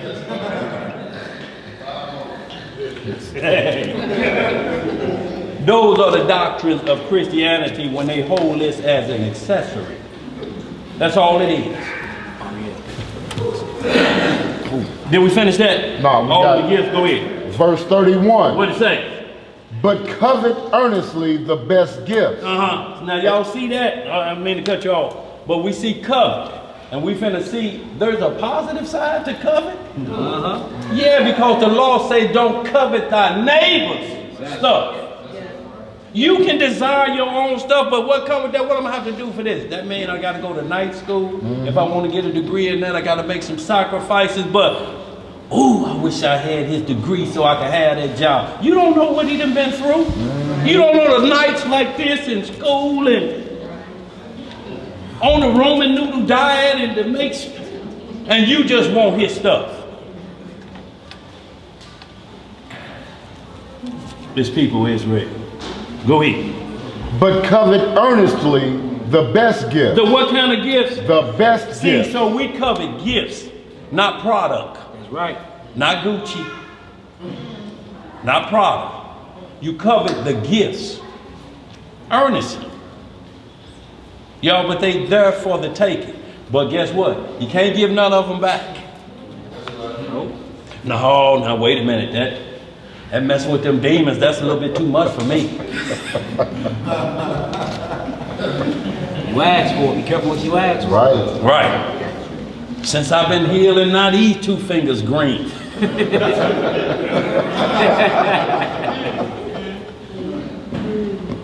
No, the Holy Spirit don't put torment on you. Neither does his feast days. That's why his feast days are not about trading gifts and different things. He take gifts from the nations because they look at you like a royal priesthood. When you set back up on top, you spoil those nations. But amongst ourselves, y'all, we feast and talk about him and have a good time. Feasting for 7 days. Right. See, y'all, but we got to get back our minds right when we feast that we don't blow it all in one day. You got 6 more days of this. We do be going hard that first day, boy. First day, if you wake up, they doing what? You done had too much fun.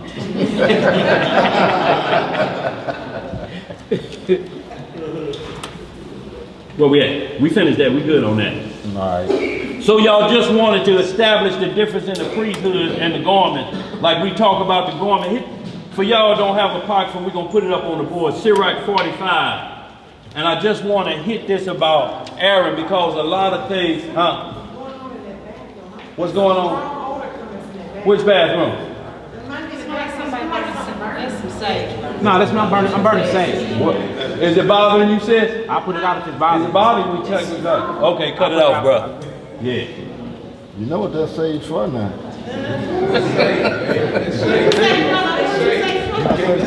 No, go ahead, turn it off, y'all. We don't want to cause no problem. Right.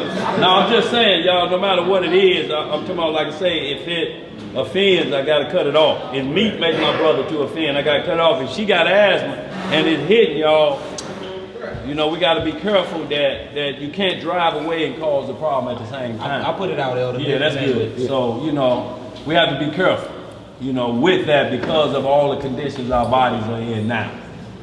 You know, so anything that takes away the concentration, we can't have her doing like this and trying to concentrate too.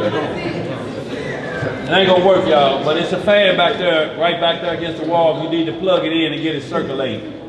Just get the air moving. Shipwreck what? Shipwreck chapter 45. Y'all, for all y'all don't have, I hate we don't have the projector going, but the bulb must have blew out on the one and the other one ain't making a connection to the internet. The devil trying to keep us from with these notes on the board, but y'all, we got to make mental notes and y'all take the notes. Shipwreck chapter 45, do 6 through 13 in the Apocrypha. And y'all, this is just so that we understand. A lot of times I talk about, you hear me talk about the high priest that will used to go behind the holies of holies. And they will have a rope tied to his leg. And every now and then they'll pull on that rope to hear them bells and see if he's making a sacrifice first for his own sins and then for the people. And when you shake that bell and he kick back, ding, ling, ling, you're like, okay, he's still cool, we handle business. You shake that and ain't no kickback, you pull them on out. Dead at the altar. May have been sacrificed for everybody else's sin, but he want to keep secret. Lord, everything, and I'm for my sins except for last night, and then the sins of, nope. Yep. Hit that for me, Shipwreck chapter 45. Reading from the Apocrypha in the book of Shipwreck or Ecclesiasticus. So about verse 6. Y'all, this is just a garment again of Aaron. I meant to do it when I was breaking down Aaron's garment, so you understand how he was dressed versus now how we ought to be dressed. Ephesians 6 and 9. Put on the whole armor of the Most High. Y'all, it's the same thing in Isaiah 55 and 17. Yes, sir. He say the same exact thing. The same armor is given in that. Tells you what the Messiah got on. Y'all hold it down. Yes, sir. Oh, y'all, they getting, okay, no, they're getting in the pocket. What y'all saying? Hey, y'all having a sideboard? What's going on, bro? No. Okay, all right, good, yeah, yes, sir. And y'all, the Apocrypha is part of the Bible. It mentions everything. It just goes into detail. Daniel gets deeper into Esther and Purim. All of Second Ezra, the ending of Esau, the beginning of Jacob, and it talks about the Messiah in there. 400 years cut off. My son Jesus, he used the word salvation. He got a crown on his head, and he passing out crown. I asked, who is this one tall? And this in the Old Testament? He says it's the son. It's the same thing as saying in the book of Enoch, 48th chapter. It's one that was created before everything else. That's the one that's been seen the Father. He the only one been there for. The angels ain't never been past the 6th plane. Lucifer and Michael and them covered the cherub. They covered the mercy seat. But that's not the throne of Yahweh. They looked up there. I want to get up there to that level. Who with me? What about you, a third of y'all? Man, look, we can take him. Man, he getting tired. I saw him nod the other day. And they went for it, a third of it. Gonna be 2/3 of us fall off. Do we replace them 2/3? I mean, that 1/3 that fell off? A lot of studying to go, y'all.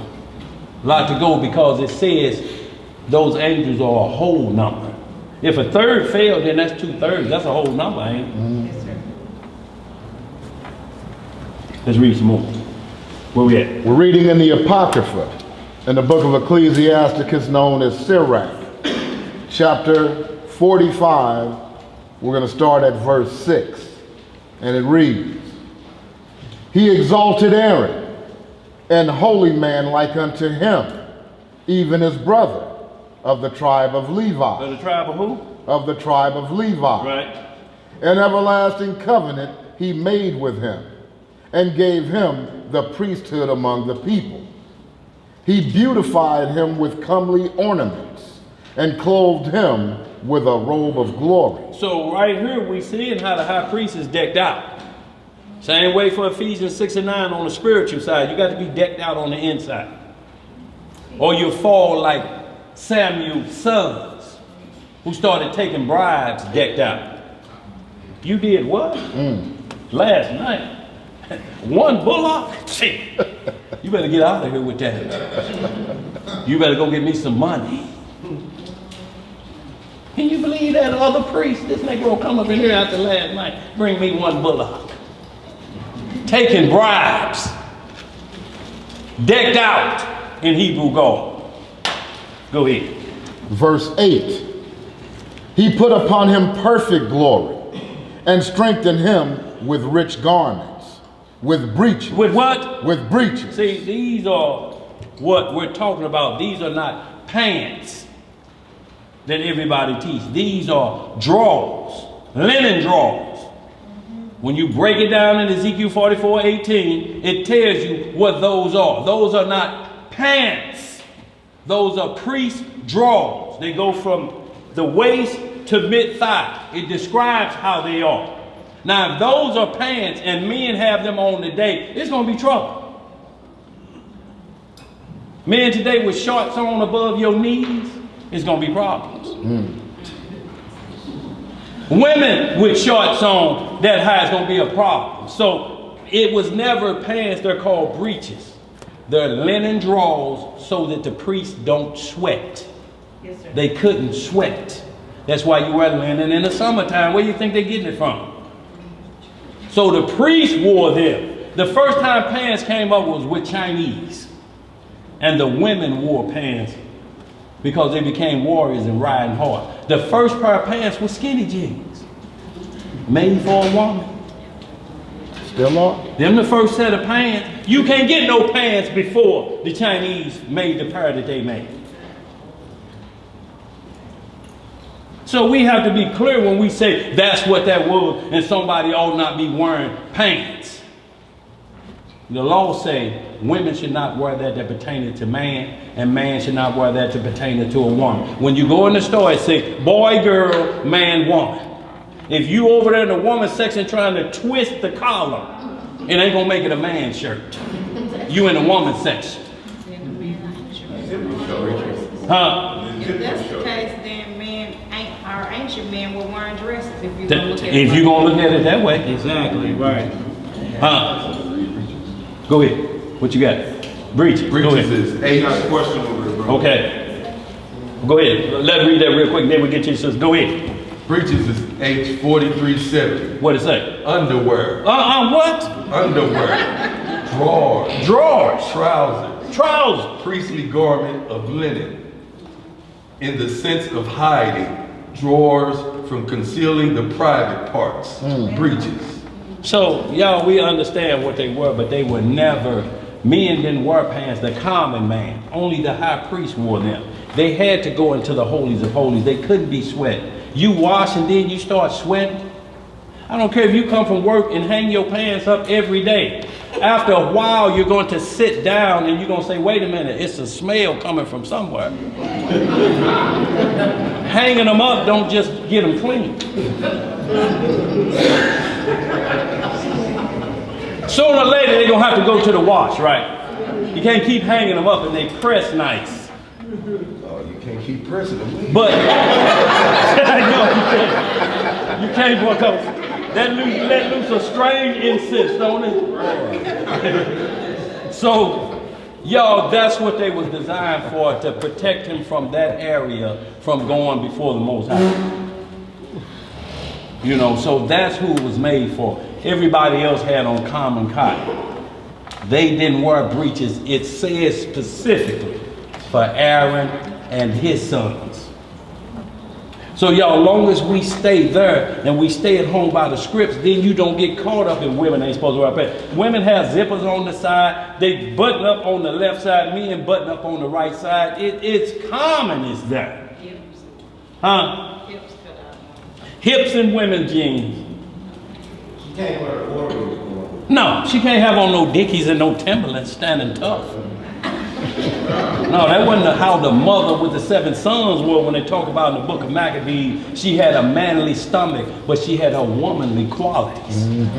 No, that don't mean she's stomping with the big boys. She got on a pair of Dickies, it's going to be trouble. Where we at? Let's read some more of this. Bro, Who got a question? My sister had a question. Oh, thank you, brother. Sorry, sis.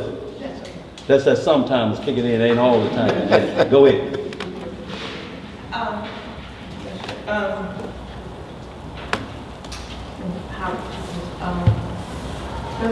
First of all, thank you for that scenario.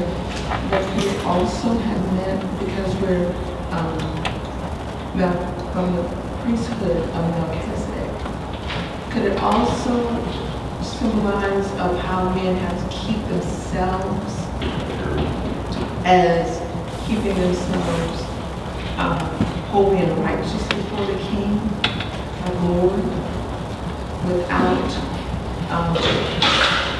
transgressing the law, or like you said before, if they're kept with the garment of holiness, they wouldn't, the priest wouldn't chase after wildfire or after things that don't belong to them.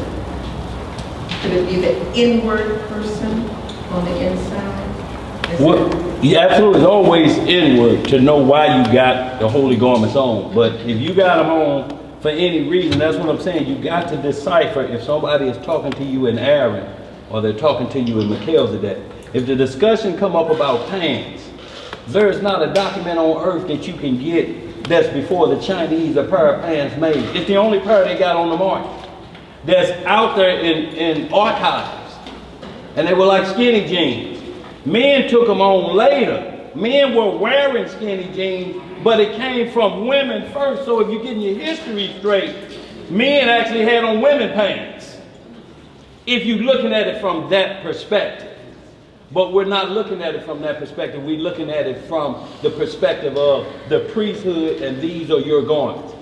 Melchizedek has a different garment. Its garment is Ephesians 6 and 9, and we're going to get to that. So that you don't mix priesthoods. If you mix priesthoods, it's going to be a problem. You're going to be like Christianity that says we don't have to keep the laws. But then they go to Malachi 3:8 to get you to pay tithes, which is a law.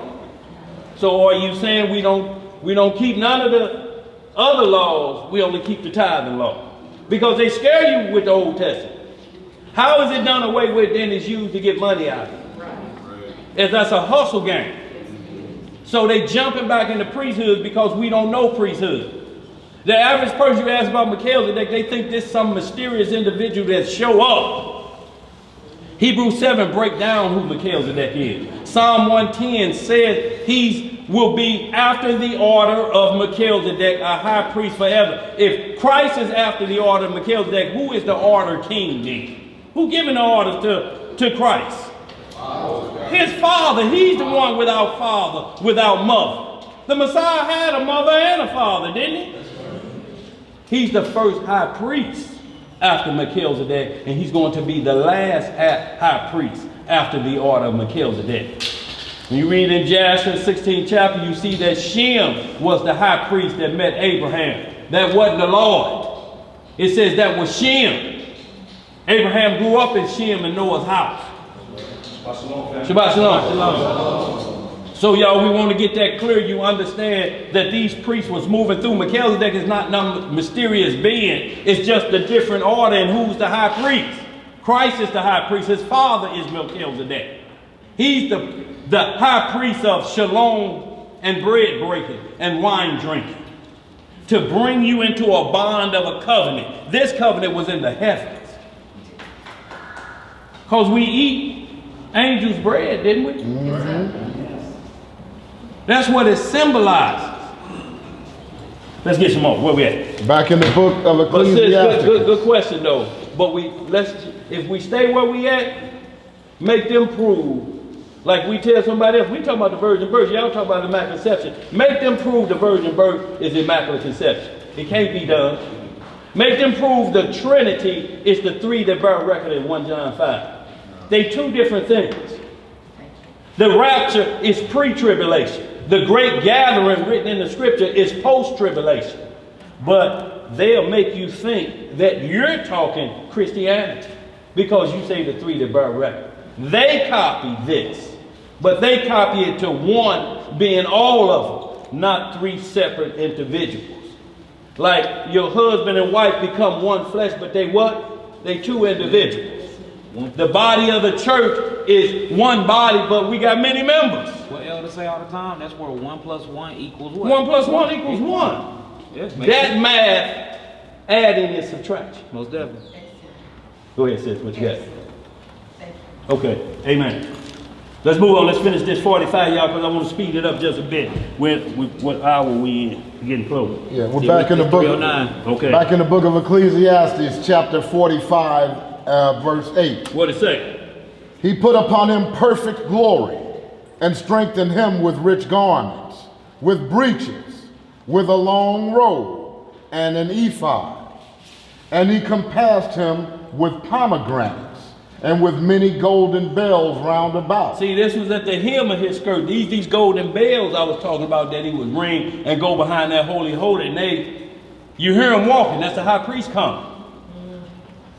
The Most High is so merciful. He always give us a warning. You hear them bells coming. Yes, sir. He walk on by. Yeah. Yes, sir. Go ahead. And with many golden bells round about, that as he went, there might be a sound. Right. And a noise made that might be heard in the temple, for a memorial to the children of his people. With an holy garment, with gold and blue silk and purple, the work of the embroiderer. With a breastplate of judgment, and with the Urim and Thummim. With a breastplate of judgment and Urim and Thummim. So Moses said in Deuteronomy 18, no astrology. But we have to make sure we're well studied on what Urim and Thummim is, or somebody from another God that worships another God will say, that's the same thing. Exactly. That look like a Ouija board to me. Exactly. What he doing? Throwing dice? He casting light. Yeah. Because they do this, and you'll start seeing when you start really getting deep into the studies, a lot of stuff that was going on in the Bible, if we took that out of the Bible and put it in another book, that's considered as witchcraft. Yeah. You see that? So it lets you know that priests were able to do things with certain intentions under certain laws and stipulations according to God's law. But you can take them same things and put them over here in a black book and put a hexagram on it with a star on it, and it's witchcraft. Because the intentions of what you're doing, you're not manifesting God or bringing nobody into the fold of Mashiach. So what are you really doing? Just like it's a good sense and bad sense to the Hebrew language and words, period. That's right. Just like you can curse somebody with the same words and bless somebody with your same words. Absolutely. Yeah. And y'all know the one thing that started World War II and opened up supernatural understanding was the divot box. Mm-hmm. D-Y or D-I-V-V-O divot box. Y'all look it up. I may have spelled it wrong. I think he spelled it right. But Hitler had the divot box, and it was brought to him from Kirksville, Missouri. Guess where it's back at now? Kirksville, Missouri. Then went all the way through Germany and made a full round. But y'all look up the divot box. It's in there stones, and all of them got Hebrew writing on them. But they use it for a curse to open up the supernatural and give them abilities to make supernatural or the atomic bomb. And that's all Hebrew writing used for wickedness, what bro talking about. Yeah, and if you look inside the divot box, they actually got the book of Exodus in there in Hebrew.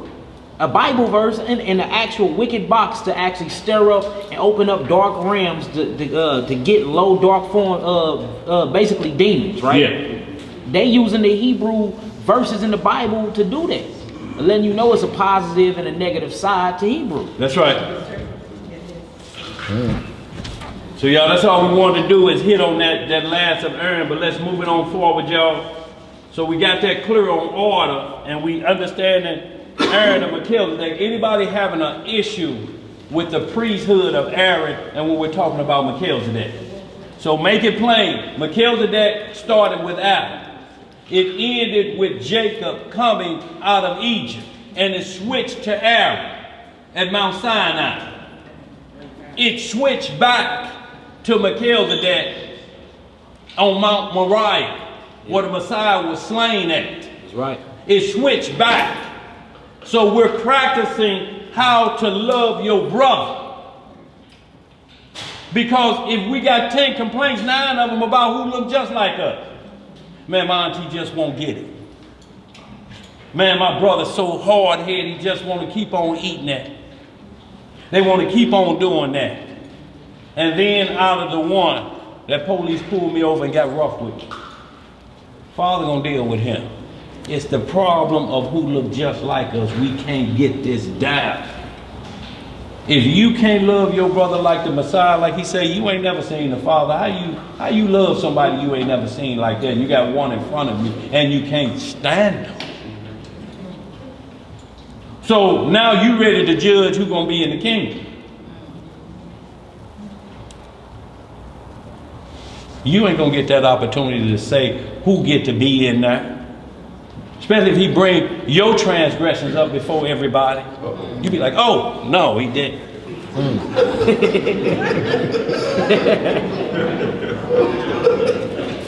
Some of us got grave sins. I mean, that's where they go to the grave. Deal with them on Judgment Day. Where we at? Oh, I ain't saying that. Okay, y'all, so let's get right to it. The Numbers 19. Y'all, let's understand the difference in the law on Mount Sinai, Exodus 20. Then we got Matthew 5, verse 1, all of it is the Sermon on the Mount.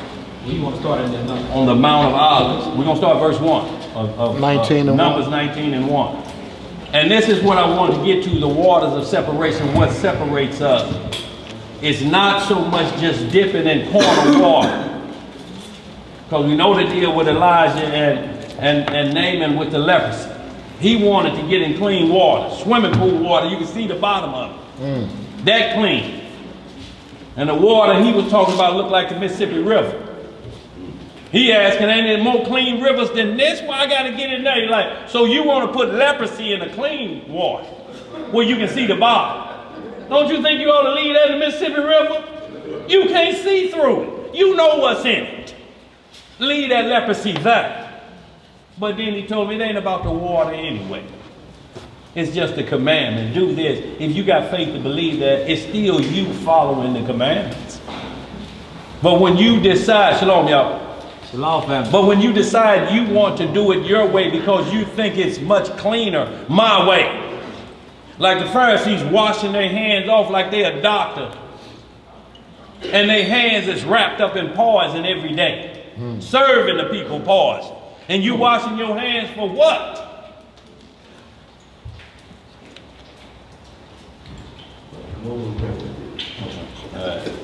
I said, get on the camera, get here. So like, y'all, this cross-contamination, y'all, we got to get this understood. We can't pass disease to the family. Y'all, we have to understand the cross-contamination. I'm talking about spiritual. If you got the leaven of the Pharisees in you, y'all, we ain't gonna never come together with that. Straight up. You can't come together. You can't agree. One saying, man, can you believe anything? I can believe it's a Messiah. It's Israel, it's us. And we saying, man, can you actually believe the most sinning people on planet Earth, they think they the Messiah? Negroes got their own newspaper called The World with a week of crime in it. And you think this Israel, the sin-bearing servant? Right. No, we bear a lot of sin, that's about it. Yeah. Go ahead, where we at? Numbers chapter 19, verse 1. What it say? And the Lord spake unto Moses and unto Aaron, saying, This is the ordinance of the law which the Lord hath commanded, saying, Speak unto the children of Israel, that they bring thee a red heifer without spot, wherein is no blemish, and upon which never came yoke. So, if he's telling you a beast can't have a blemish in it, how then does anyone believe that the Messiah was born out of a roll in the hay? Joseph and her turned their birth of the Messiah, it was a BC. A B call, late at night. Those that teach Joseph is the father say Mary stopped off at Joseph's house on her way to Elizabeth and got her a BC. When that hotline rang. You know what it means. No, that wasn't the case. If this animal couldn't be caught with a blemish, and they looked at this animal for 2 weeks for the one on Passover, they searched it every day for 2 weeks to make sure it wasn't a blemish. And you believe that this Messiah born like us, if his father was Joseph, his physical father was Joseph, he ain't gonna have the same corruption we got. They let you know, Dan, that's a veil that's been put over their eyes. Yeah, it's a veil. If you have any logical sense, think about what he just said. You couldn't even pick a blemished lamb, not one. It couldn't have one little gray hair on it for Passover. You couldn't even have a blemished lamb to eat physically. So you telling me that our master, our Lord and Savior, was actually born out of corruption like that? Come on, man. It don't even, logically, that don't make sense. Right. There ain't no Ain't on the refrigerator? Thank you. Looking at that left refrigerator. Should be a whole case of them over there. Grab me one too, little bro. Let's get it. Very good point, bro. Yeah. It's crazy, man. Go ahead. Verse 3. Uh-huh. And ye shall give her unto Eleazar the priest, that he may bring her forth without the camp, and one shall slay her before his face. And Eleazar the priest shall take of her blood with his finger, and sprinkle of her blood directly before the tabernacle of the congregation 7 times. And one shall burn the heifer in his sight, her skin and her flesh and her blood, with her dung shall he burn. And the priest shall take cedar wood and hyssop and scarlet, and cast it into the midst of the burning of the heifer. Then the priest shall wash his clothes. What shall the priest do? Wash his clothes. Uh-huh. And he shall bathe his flesh in water. And afterward he shall come into the camp, and the priest shall be unclean until the evening. So y'all think about this.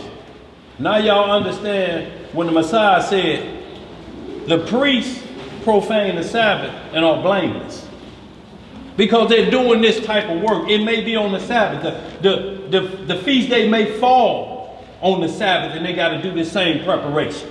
It don't stop because where the Passover fall, the priest got a duty. But he's going to be blameless for this unless he's doing something he ain't supposed to be doing while he's doing that.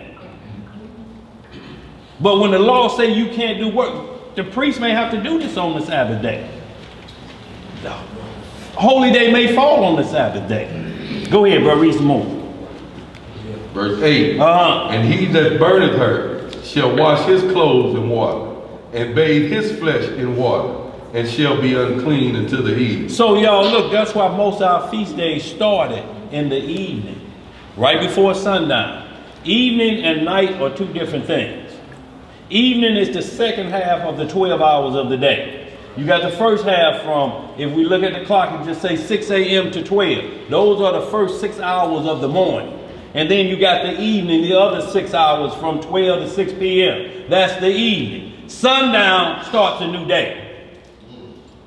Evening is that time period that where right before it gets dark, a lot of times the scripture calls it twilight. Everything copies from the Bible. This nation copies, so if you never had these words, you get to understand what twilight is. We just use it for vainglory. Like when you got your car cleaned up, you can't wait till twilight or the street lights come on so you can turn them park lights on and cruise. Oh, yeah. That's twilight. That's right before technically a new day would start. Or your parents told you, be home when the what come on? Or you going to be out all night? Because sundown starts a new day. Mm-hmm. What you got back there, G? What's the difference between twilight and dusk? Dusk, Yes. dawn, you got dawn and dusk, it's the same thing. When you read dusk, it's going to say twilight. It's the time, allotted time to let you know a new day is supposed to start. You got the evening prayer where you can't take sins into the next day. You before dark, you still conscious and you awake. If you had to do that right before you go to bed, you'd be playing, forgive me for I cussed Leroy out. And I said something about his mama, forgive me. No, in the evening, 6 p.m. or so, you're still consciously up. You want to end those prayers so that you don't take them into the next day. Hallelujah. If you argue with your significant and then you lay down mad, you're taking that into the next day. So guess who likes to show up at 12 midnight and 3 a.m. in the morning? They call it devil's hour or the witch's hour. Right. You don't think it's a coincidence? Every time you wake up in the middle of the night, it's 3 o'clock. Right. It's his time of the hour of the prayer to attack you, like we got Acts 1, Acts 3, I'm talking about, and when the Messiah gave up the ghost, at the 9th hour of prayer, the most sacred time to pray. All time is good, but there's a time called the hour of prayer. 2 o'clock to 2:59 p.m. our time is the 9th hour of prayer. In the same way the devil come around them same time, but the Most High say, always make a way for you to escape. If you about to do something in your dreams and you know it ain't right, the phone ring, ring, ring, you get out of the dream, hello, hello, from nobody. Now you can either say I was woke up because what I was doing, or you be like, let me turn this off. And get back in there. I need to lay back in there. If you don't think it's true, there's a law for supernatural sexual behavior. Deuteronomy 23:10. Straight up. The man that have a nocturnal emission or a wet dream must do exactly like Leviticus 15. Say, who gonna know? Who gonna know unless it's up here? Who you gonna take? Unless they see you sneaking out somewhere with them like this. Yours, what you holding it like that? Because it's the wrong kind in there. It's stolen. It's stolen seed in there. Now you couldn't supernaturally do that while you work, but you're asleep laying flat on your back and he sent a succubus or an incubus at you. Because they're the lust and the desires while you're in the flesh. And then you go in the supernatural and let it work. Mm-hmm. Tempted by your own lust, huh? Beyonce. That's Jay-Z's wife. It don't matter because you dreaming. Straight up. You're lusting after another man's wife in your sleep. You think that don't count? Right. It don't matter they devil worship. It's still his wife. Matthew 5. Matthew 5. You would think to lust after another man woman. You already committed the act. That's what he said in Matthew, don't he?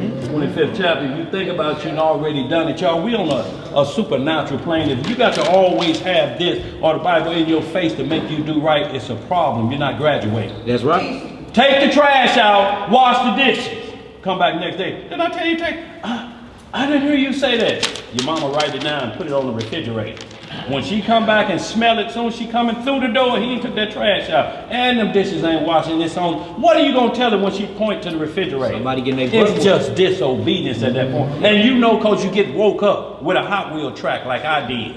Get that trash out of my house. At 1 o'clock in the morning, with anything on, taking the trash out. But after that one, she ain't got to put no notes up. When she come through the door, it smell like potpourri. Let's get it, y'all. Where we at? Verse 9. Yes, sir. And the man that is clean shall gather up the ashes of the heifer and lay them up without the camp in a clean place. And it shall be kept for the congregation of the children of Israel for a water of separation. It is a purification for sin. So this water from the red heifer, from the pure red heifer, was ground up and put as almost like a potion. Y'all got to understand that this was put up for the sins of the people. We're going to get into a little bit of Numbers 5. We're going to speed this up so y'all understand what the waters of separation were.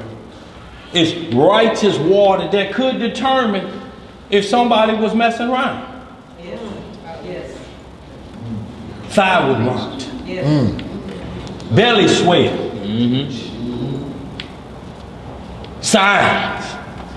Men walking like Fred Sanford, the water separation put on. Y'all, and why do y'all think it always separates us from the first sin that happened in the garden? It's the only thing this sinful and adulterous generation, y'all, if we don't get this together, you can't love your brother. Straight up. You love flesh. Yep. So. And flesh rottens away even if you put it in the freezer. You throw away food in the freezer. How does food in the freezer stink? Because it's all going to die like he said. Corrupt. Until we get to the point where nothing dies again. Yep. Let's get it. Where we at? Verse 10. And he that gathereth the ashes of the heifer shall wash his clothes and be unclean until the evening. And it shall be unto the children of Israel and unto the stranger that sojourn among them for a statute forever. And y'all see this, the same statute for a stranger that dwells amongst us. Y'all, there's strange and then there's a stranger. Strange means, when you look it up, it's outside the normality of anything. Cameo had a jam. She's strange. I like that. And I like it. Why? A stranger is a proselyte. It's what came out of us with Egypt. It's Ruth. It's Moses' wife. It's Joseph's wife in Egypt. Those who come amongst us and our law becomes theirs. It's war people. That if a man see a woman, he take her home, let her mourn her old thing away. Cut her nails off and cut her hair off. Cut a woman's glory off. Why y'all think nails and hair is the popping thing? Every self-employed woman, nails and hair, that's what she get into, of the majority. Brothers do shepherd work. The only deal is, instead of the goats, they got lawnmowers now. But the goats would cut grass. That's what David was doing for Nabal, watching his flocks and stuff, all of that, and he want to play crazy, getting free grass cutting, so to speak, and protection. Didn't want to pay. No, all they asked was just for something to eat till we get through what we going. That's it. He like, man, I ain't heard these Negroes. Who was this? David who? Lamshank. More Morgan David. The nigga talking about watching my sheep. I don't know him. David said, okay. You gonna pay for that security, one way or the other. Let's get it, where we at? Verse 11. What it say? He that toucheth the dead body of any man shall be unclean 7 days. He that touches the body of a dead man shall be unclean. This is where we're getting to, y'all, what the waters of separation is about. So if you look at this from Aaron, then the funeral homes have to go out of business. All the doctors have to go out of business. They deal with death every day. When you're on life support, you're almost dead and they keeping you basically alive. They basically there's a dead man here just breathing by a machine. Do you care that that body's dead like that? Can't hear, they say he can't hear nothing, he through. He flatlined. Look at his brain activity. He can't hear nothing. But they know when you're not beyond that point because they say he can hear. They can hear everything. Boy woke up the other day, heard that's finna donate his kidneys. He like, no, wait a minute, No, I'm back. Put that knife up. You hear in your dreams. Y'all, every dream you hear, people on the operating table, when you die, you say, I floated above my body. I saw everything they was doing and it matched perfectly. People that have near-death experience. But it's always, why is always something bad you do that when you have a near-death experience, you say, my life flashed before me, but all I see is the stuff worthy to have me to this point right before the judgment seat. I saw when I robbed Miss Jenkins. I saw when I snatched that Halloween candy. I saw, well, that may have been a good thing if you didn't eat it. But I saw all of this. You snatched it. I saw all of this. Yeah, I did. I saw all of this. I saw all of that, but you don't see yourself.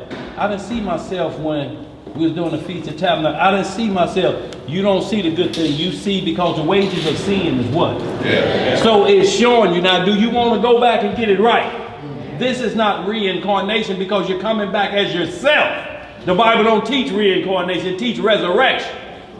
Lazarus came out of that tomb. If reincarnation is the deal, the Messiah gonna be somebody else. But when he came back, he said, look at my hand. Put your hand right here. That wasn't nobody else. Let's read some more. Verse 12. What it say? He shall purify himself. He shall purify himself with it on the third day. Talking about the waters of separation on the third day. So if an undertaker is messing with a dead body on a Monday, Wednesday he's got to purify himself with the water. Go ahead and read some more. And on the seventh day he shall be clean. But if he purify not himself on the third day, then the seventh day he shall not be clean. Whosoever toucheth the dead body of any man that is dead, and purify not himself, defileth the tabernacle of the Elohim, and that soul shall be cut off from Israel, because the water of separation. Because the what? Because the water of separation was not sprinkled upon him. He shall be unclean. His uncleanness is yet upon him. So we had a deal that where it was so many priests that they would roll out their courses. They had certain courses, like John the Baptist, his father was after the course of Abib. This is why it's mentioned in Matthew 1, so it wants you to understand the time that Messiah was born. If his course is Abib, that runs either December to June or June to December. So you know the time of the birth of the Messiah because Elizabeth was 6 months pregnant. If Zacharias is in the temple and his month is the 8th course, and it's falling in June, 6 months later is what? December.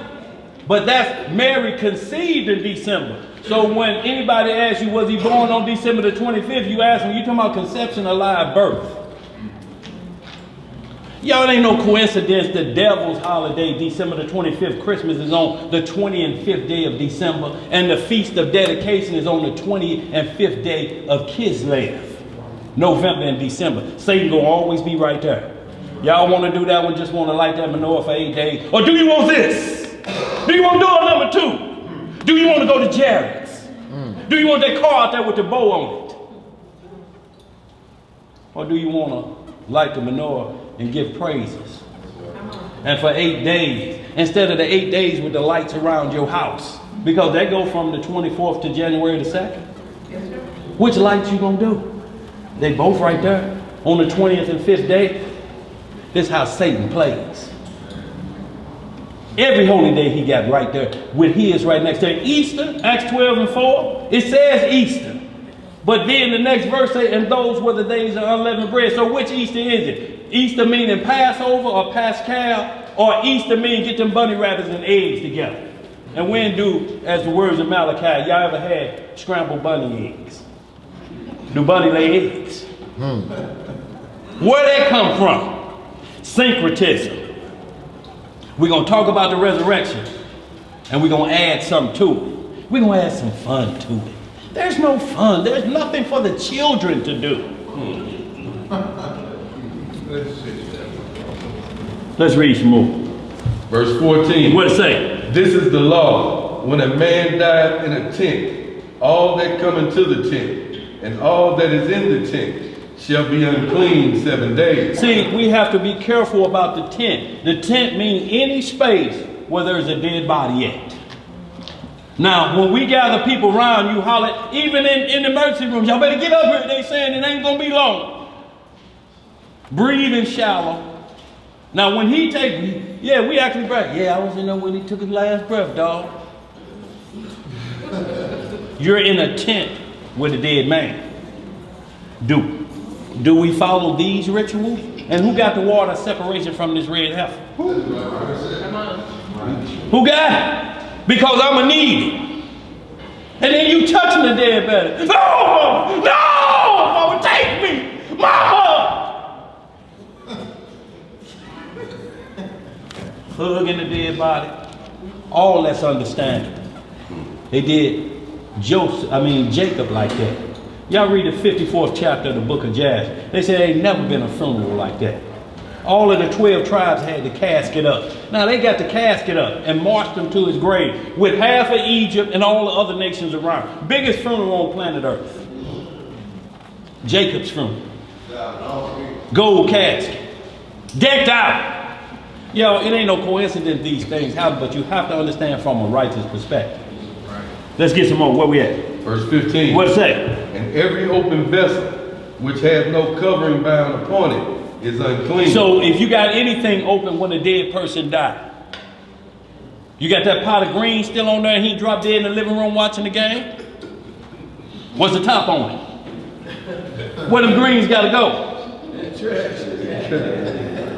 Y'all, when you understand the rules of these things and clean and unclean, you really have to dig deep in here to be able to answer these things. But so this is Aaron. Let's go to Melchizedek. Let's give me a whole list, y'all. We're coming right back to this. Want to get right to where we at. Acts 9 and 36. And we're going to come right back to this, y'all, whole list. Because we're going to see a same situation and we ain't seeing no cleansing process. So the water separation has changed to something else. Or this individual who's called an apostle and a disciple, or the Messiah who the woman with the issue for 12 years touched the hem of his garment. Is he unclean? Is the Messiah unclean? Who gonna answer that? No, it's not.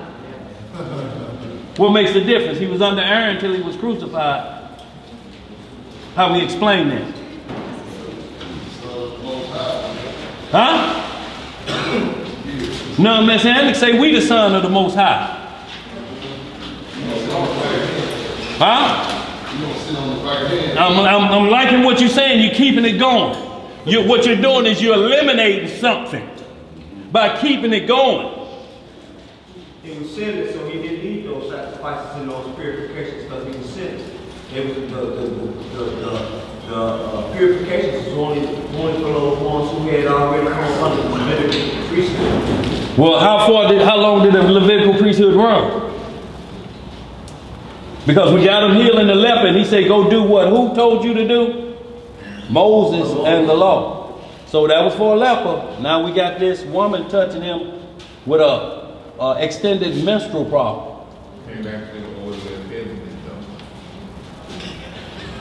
See, hold that. Where was we finna go next?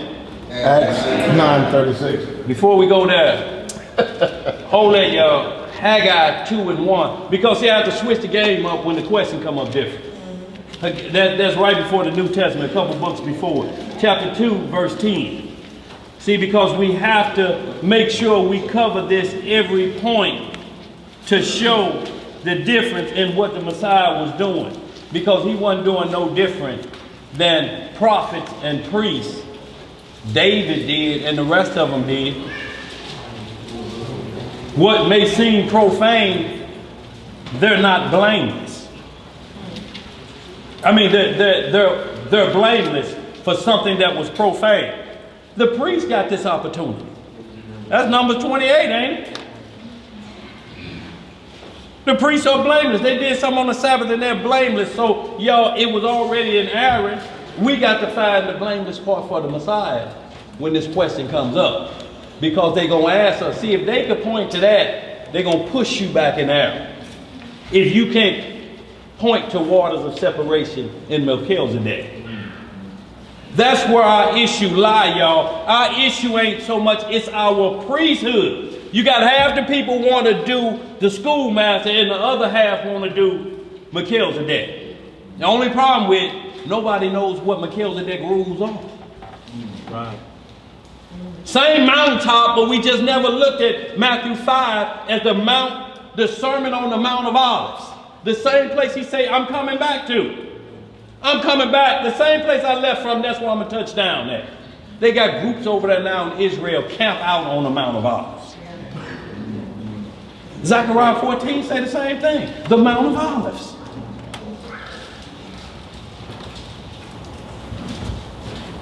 Let's get it. Where we at? Well, we're going to answer that, bro. Haggai, chapter 2, verse 10. Y'all say that right?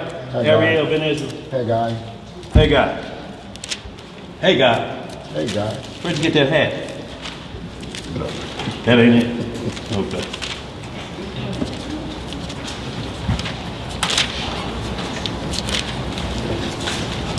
Let me know when you get there. Yeah, I'm going to go ahead. I know where you get it. We're reading in the book of Haggai. What's up? Chapter 2, starting at verse 10. How we looking, y'all? Everybody there? Okay, go ahead, bro. And it reads, in the 24th day of the 9th month, in the 2nd year of Darius, came the word of the Most High by Haggai the prophet, saying. See, so everywhere a prophet talks, he must write it down. Isaiah 30 and 8, Habakkuk 2, Jeremiah 23. So we see everything. So when somebody say, you know, God spoke to me, your next question out of your mouth should be, did you write it down? And watch the difference. Huh? What? Write it down. Them the instructions. If God talked to you, it got to be held as a witness against you. You just can't be talking. How you gonna want your words marked for flesh, but not for spirit? Right. You see some boy sneaking in a girl's house every time her mama go to work. Dog, I'm telling you, dog, mark my words. She gonna be pregnant before school starts. What do you think that means? So I write it down. It's summertime, June the 13th. Little Earl says she gonna be pregnant when school starts. Now when school starts, she got the pumpkin belly. When I tell you, dog, when I tell you, you wrote it down right, dog. But this, the Lord spoke to me and ain't no paperwork. That's a problem, according to these instructions. Go ahead, let's read. Verse 11. Thus saith the Most High of hosts. Right. Ask now the priest concerning the law, saying, if one bear holy flesh in the skirt of his garment, and with his skirt do touch bread, or pottage, or wine, or oil, or any meat, shall it be holy? And the priest answered and said, no. See, this is a question they're going to bring up about the Messiah. Touching dead bodies, raising the dead, touching a woman who had an infirmity for 12 years. If he's that holy, and they ask the priest, is that going to make him unclean if he touched something unclean? What they answer? No. Go ahead, let's read some more. Verse 13. Then said Haggai, if one that is unclean by a dead body touch any of these, shall it be unclean? And the priest answered and said, it shall be unclean. So we got an issue here between 12 and 13. It's saying just a natural touch. No, if he got holy on it, no. So we kind of got an answer for touching the hem of his garment. Now we got to deal with the dead body. And we got to deal with verse 14 of being in a room with a dead body. We got this answer. Go ahead, let's read some more. Verse 14. Then answered Haggai and said, so is this people, and so is this nation before me, saith the Most High, and so is every work of their hands, and that which they offer there is unclean. So we got, when you continue to read this story, this is about Zerubbabel, what he said, I'm going to set him up to go back and get the new temple cleaned up. You can also see a lot of this in Shipwreck 49. It breaks down Zerubbabel. So for anybody thinking Zerubbabel is going to be the Messiah, sadly mistaken. Because he out of the line of Jehoiakim, who Matthew 1 say, burn the scrolls of the Most High. Nobody of his seed could sit on the throne ever again. If Christ came from Joseph's line, Joseph in that line. No king could sit on the throne. Was Joseph sitting on the throne? No. Was he? No. Okay. That's why it came around through the other boy, through Nathan in Luke 3, down to Mary. Because Zerubbabel is two different Zerubbabels in here. One, the grandfather is this person. One, the grandfather is this person. Right. Unless they got different names. Where we at? Read some more. Verse 15.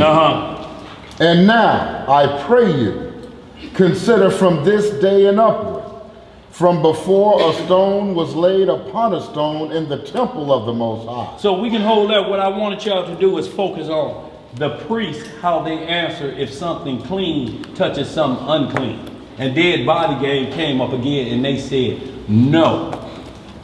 I mean, yes, he would be unclean if he touched a dead body, if a holy man touched a dead body.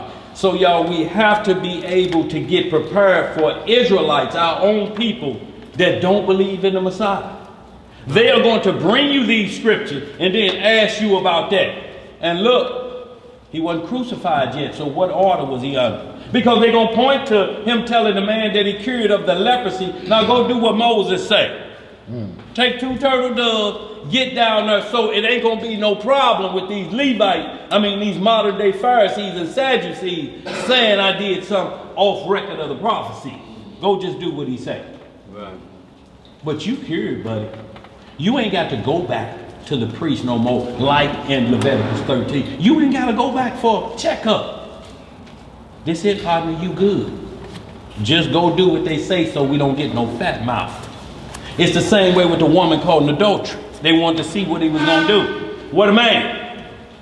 He didn't let her off the hook. He said, just go and sin no more. Because the law say you can't put nobody to death without 2 witnesses. So he had to tell her, but he still let her know. You got off by the skin of your teeth.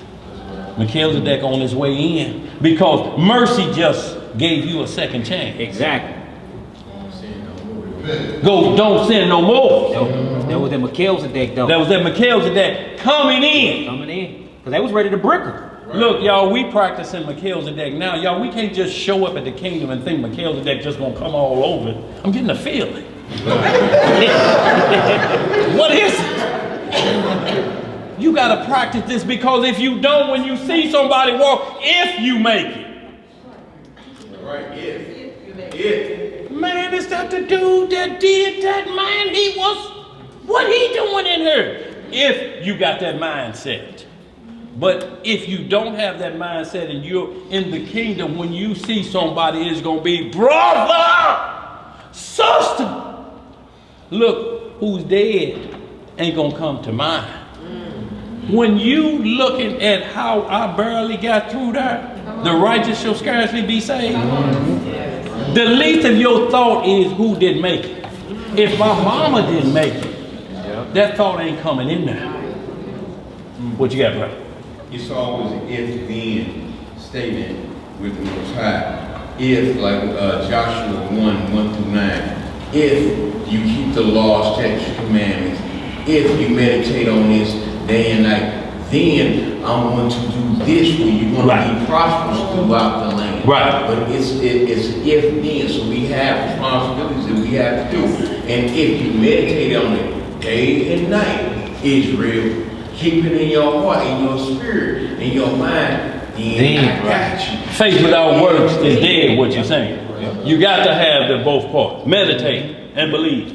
Yes, sir. I like that if and then. Most Yeah. definitely. Yeah. See, we can't go off of other ifs. The Lord don't do fear ifs. No. He give us a scripture. He give you straight commandment. Try me and see. Find in the scripture where somebody kept my law and I did them wrong. Right. Find that. Yeah. It ain't them ifs. See, we listen to people philosophers. Man, but what if he's really a woman? Yeah, What if your aunt had testes, she be your uncle?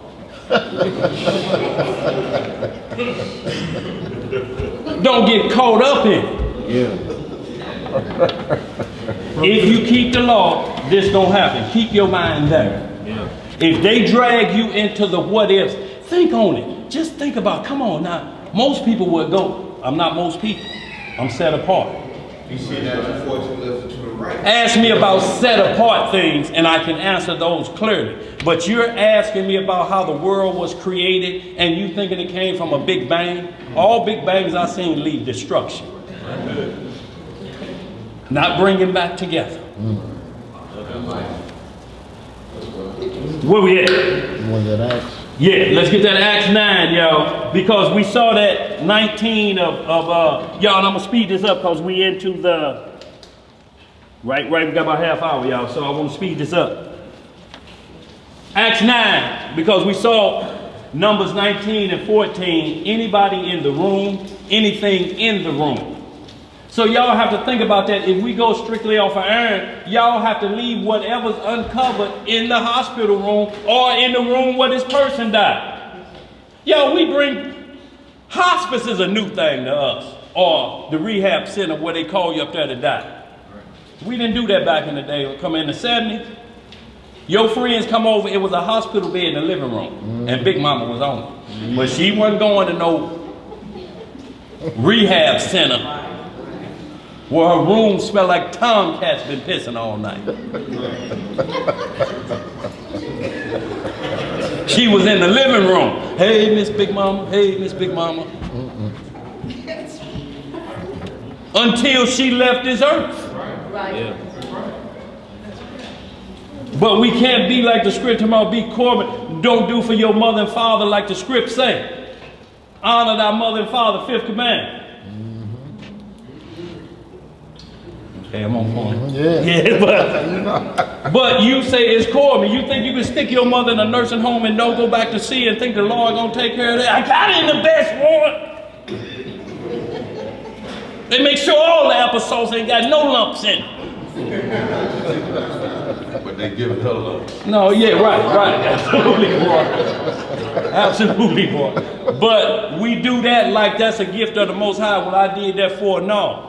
Because the law talks about a widow and a mother and the fatherless, how we supposed to bring them back in home and make sure if both of y'all work, it's understood. But somebody got to be up there checking. If she had to go here, because some things you can't maintain. But somebody got to make it. They did a sacrifice had to be made to go check. Who got a question? Go ahead, Sid. You said honor the mother and father, fifth commandment. Yeah. Is there an order in scripture that we're supposed to keep that on, a commandment, or can you go after? I mean, Sirach 4 breaks it down. Read the 4th chapter. That's really good on honoring our mother and our father. Even tell you about when your father get old, if his mind started to slip. You know, take it all in. Anybody that go against his father and dishonor him in his old age, he gonna have sin on him for the rest of his life. Straight up.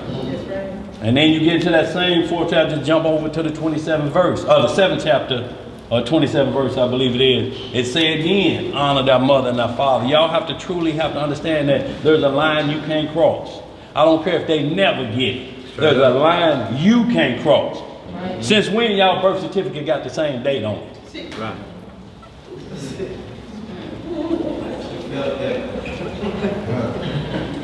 This is like David. The Lord said to my Lord, sit thou on my right hand. This is why Revelation 5 say I'm the root and the offspring of David. Straight up. How David gonna call me Lord and I came from him? Your son, you gonna call him Lord? My Lord, will you take out the trash? My Lord, have you cleaned up your room?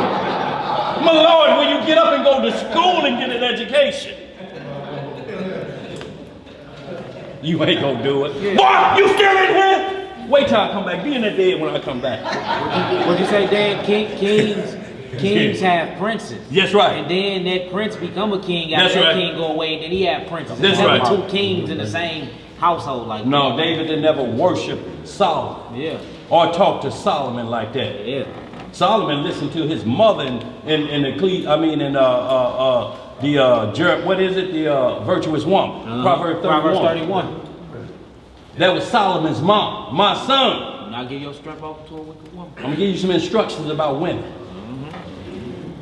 Don't ever give the thigh up. Straight up, that's true. And y'all, we're gonna hit just a couple thighs and we're gonna get out of here and understanding the Most High's name when he come back in Revelation 19. His name is on his thigh.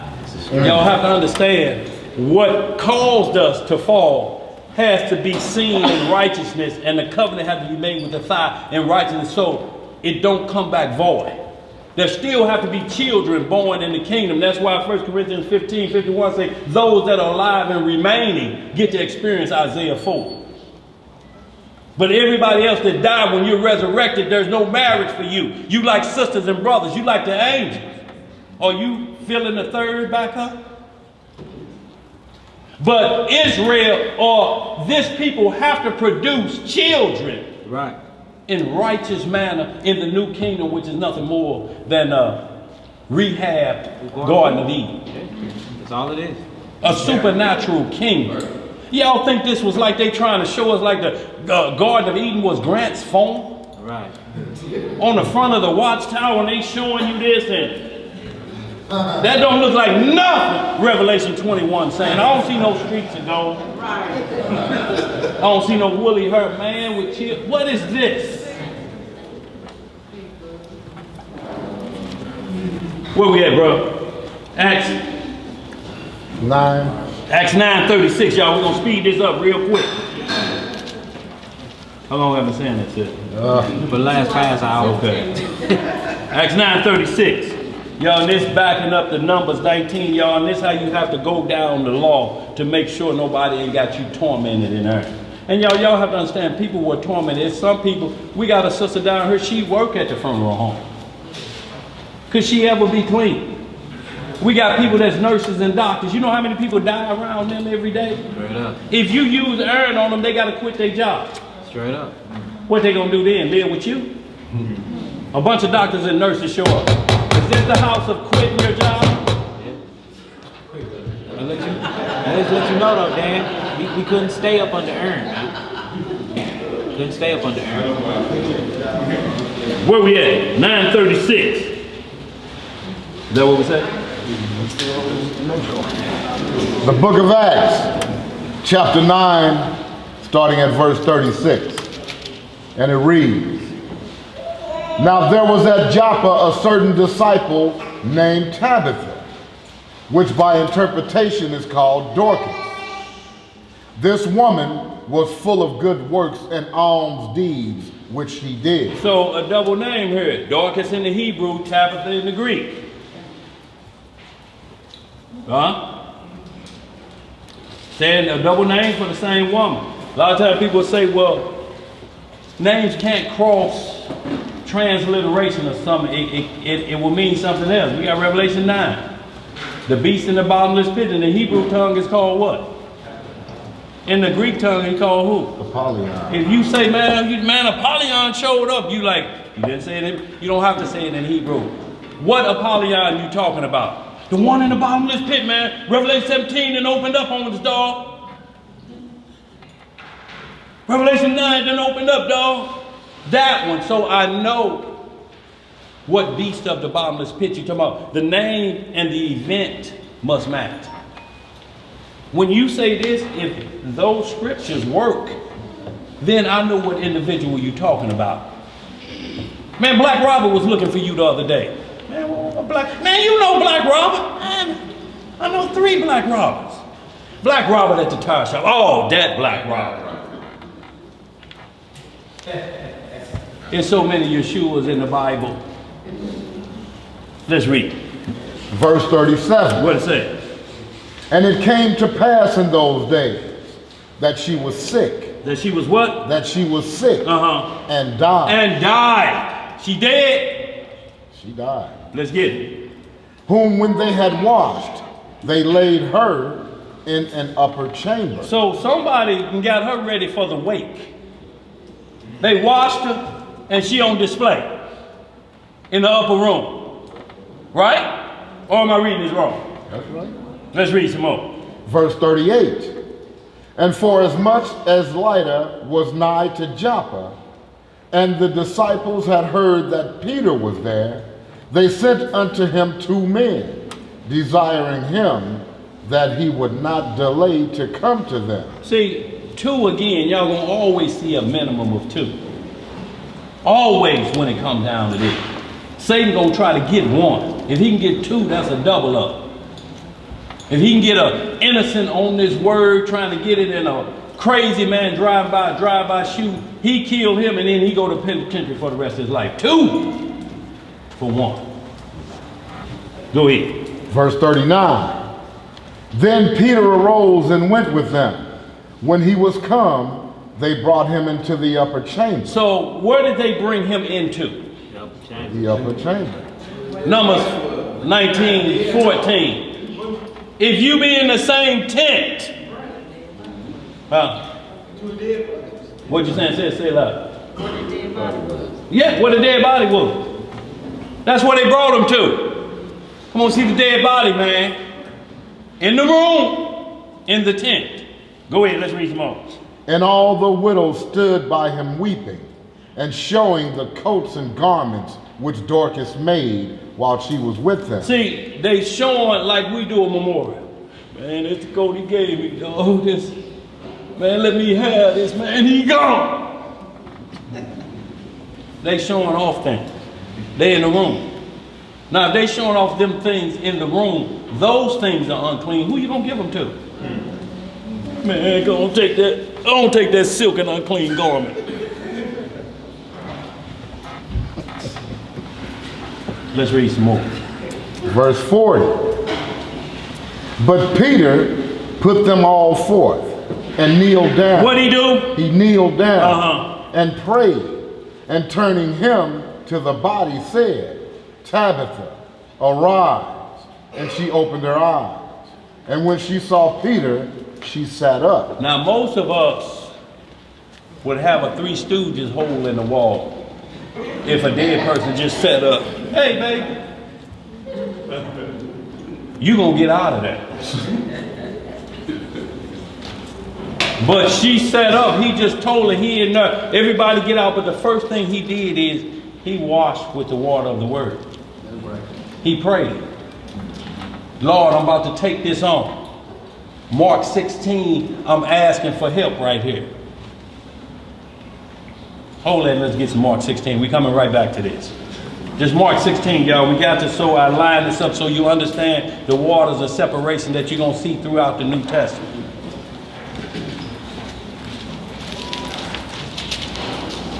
Y'all, prayer is our weapon. What you going to do with you going to show off your guns and Kim Jong-un got 2 nuclear missiles. You showing me a street sweeper from Mike Guns and a 2 kiloton nuclear warhead. If it drop in Kansas City, we got 30 minutes to get your paperwork in order. 30 minutes before the radiation get here, and that's just a 2 kiloton. And a 2 kiloton equals 250 of what they dropped on knocking your socks off in Hiroshima. One this big, the size of a thermos, is equal to 200 of the big boy and the fat boy they dropped on Japan. Y'all have to truly think about that. That's thermonuclear war that they have now. That was hydrogen. That was like water baptism. On the flip side, Thermonuclear is like the Holy Spirit with power and fire, but it's on the righteous side. Those things are on the wicked side. One is decreasing and one is elevating. They're using thermonuclear now. Y'all, if everybody launched thermonuclear, it'd be just like Matthew 24, except no flesh be saved. This got to end right now. Let's get it. Where we at? So you want to go to Mark 16? Yeah, Mark 16. Where you Thank you, brother. Right where he said to the disciples, anything unclean. No, 16. Verse 16. Yes, sir. I tell you what, bag it up. 14. Okay, we start at 14. And y'all, and this is what we gonna see, the belief of the water separation. Y'all have to understand, the water separation for y'all is belief. It separates us from the unbelievers. If you don't feel, y'all, what we gonna do here in America? You don't own nothing. Your face ain't on no money. Show up in any bank with some Lou Rawls $20 bill and see what happens. Them Rufus bucks. Yeah, them Rufus bucks.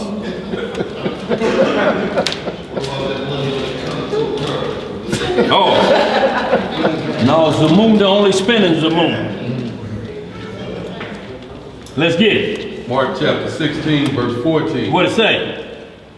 Afterward, he appeared unto the 11 as they sat at meat, and upbraided them with their unbelief and hardness of heart, because they believed not. Because them, they did what? Because they believed not them which had seen him after he was risen. He like, look, all I did for y'all, walked on water. Y'all saw me feed the 1,000. Y'all saw everything. Y'all raised the dead. Y'all did that, and when I came back, that was too much for y'all. Boy, y'all, what is it about this people, Israel? Y'all believe Tupac alive before me. Y'all done saw Elvis, but when it come down to the Messiah, and y'all was with me. Right. It's crazy.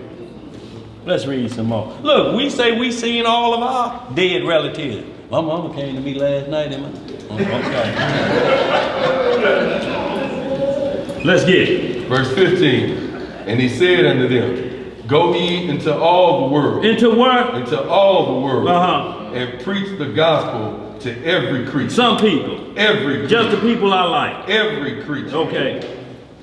He that believeth and is baptized shall be saved, but he that believeth not shall be damned. And these signs shall follow them that believe. See, here we got miracles again, just like in the Old Testament. Yo, it ain't the law that don't manifest miracles. Priesthood change.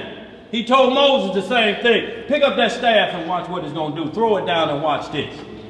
Put your hand in your bosom and pull it back out. I'm talking about, I'm going to send 10 plagues on them. One going to be darkness. I'm talking about, it said the darkness was thick. How do you feel darkness? Matter. What you got in your hand? Some darkness? Some darkness. Thick darkness. No light. It's like a bottomless pit. You damn near forget you exist in that type of darkness. Boy, how you gonna fall in a bottomless pit and it's thick darkness? You're waiting for the bottom to finally hit. It's bottomless. But you just keep up, but ain't no bottom. Oh man. What you gonna come up out of? I can't even imagine. Don't imagine it, bro. Let's read some more. Verse 17. And these signs shall follow them that believe. In my name shall they cast out devils. Oh, that's a problem. Demons? Messing with demons? But you're casting them out. Like David did. David cast the demons out of Saul. We ain't talking about nothing different. Y'all get a guitar and go to the crazy house. And I don't want to use that term. Y'all forgive me for that. But go to somebody that's talking out of their head with a guitar and see if you can drive that demon from them. Because you're going to have those that say that the disciples can do this and Paul gave out a handkerchief for this and that. What about David? What notes was he hitting on that guitar after Saul threw a javelin right at him and he did like this and it nicked his ear and hit the wall?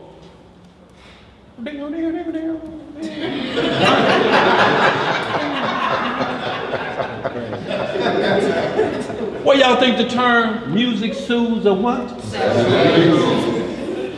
Let's get some more.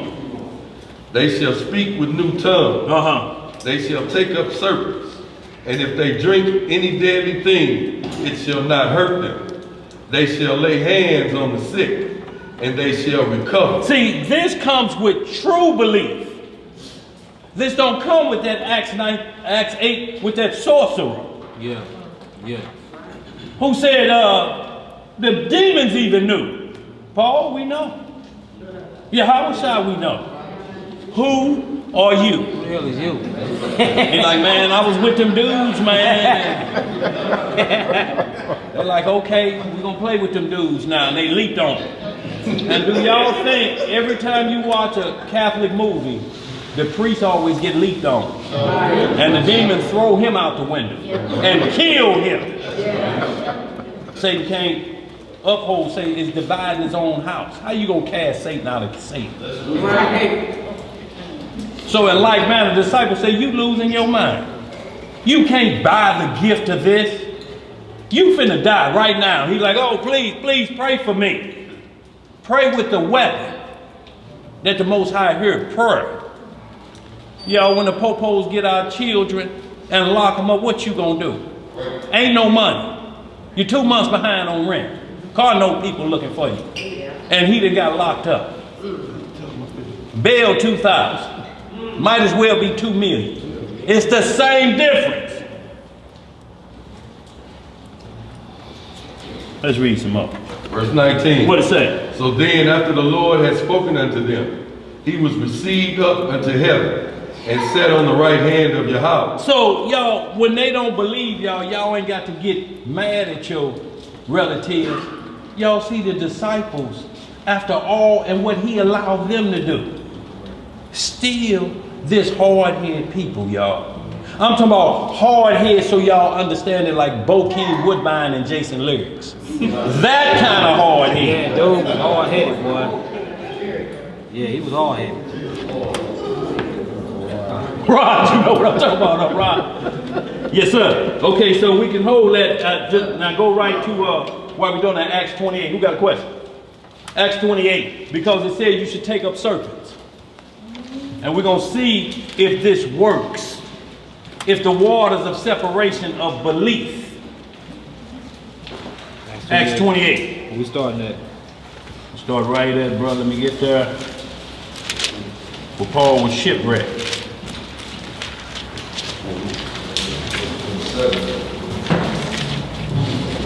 Oh, right there, 1 then. Let's get on down to it. 1. 28:1, y'all. We're just going to read this. We're going to finish up the numbers, y'all. We're going to close out. I'm going to just give y'all the other scripts on the board. Who got it? Reading in the book of Acts, chapter 28. We'll be starting at verse 1. What it say? And it reads. I got some pages left. Okay. Everybody there? All right. Verse 28:1. What it say? And when they were escaped, then they knew that the island was called Melita. And the barbarous people showed us no little kindness. Now, these are barbarians. What did they show them? No little kindness. What's the opposite of no little kindness? Kindness. Big kindness. Y'all see, we look at that like they was treated us wrong. They showed us no little kindness. Listen to how the language right, or how it's recorded. They showed us no little kindness.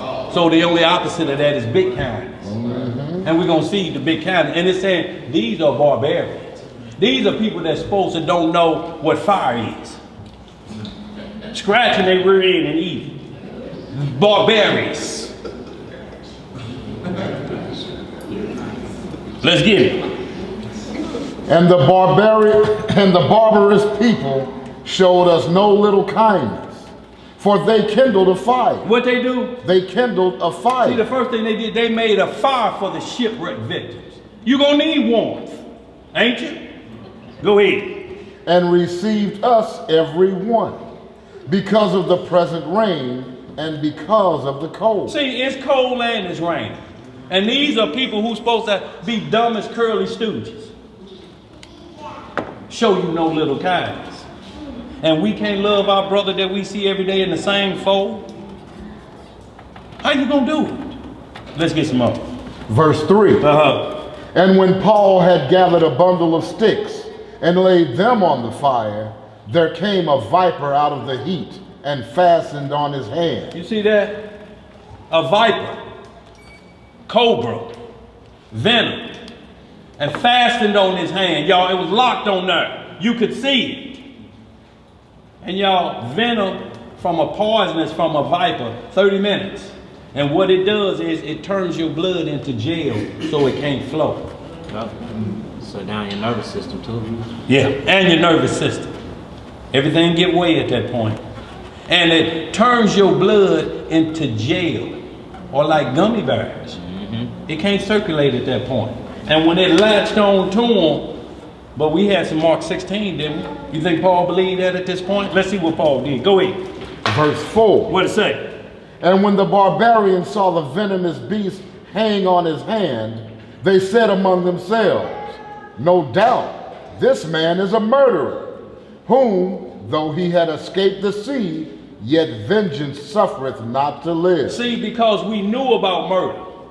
Numbers 35, you dealt with a person that was charged with murder. They used to put him in a spot that where couldn't nobody get to him until he had his trial. So they thought Paul was in that like manner. He had a problem and he was running from being a murderer like Cain. They said the mark of Cain on him. Look, the sea didn't get him, but that beast got him. He escaped the sea, but he can't escape that cobra. That cobra got him. Let's see what else happened. Go ahead. Verse 5. And he shook off the beast into the fire. He shook off the beast into the fire and felt no harm. Go ahead. Howbeit, they looked when he should have swollen or fallen down dead suddenly. But after they had looked a great while and saw no harm come to him. Look, they looked a great while. They're like, no, That same snake we've been trying to catch, that done killed 20 people in the village. He gonna fall in a minute, y'all. Right, they waiting on him to drop. Just keep watching. They don't watch Well, go ahead. And saw no harm come to him. They changed their mind. What they do? They changed their mind and said that he was a god. See, now they changed it to the point they say got to be a god. No, he was God-like. Yeah. At this point because he had the Holy Ruach in him. There you go. He was an apostle. He had a visitation from a supernatural event on the road to Damascus. Y'all have to understand, Paul was a magna cum laude in the law. But he didn't believe in the Messiah.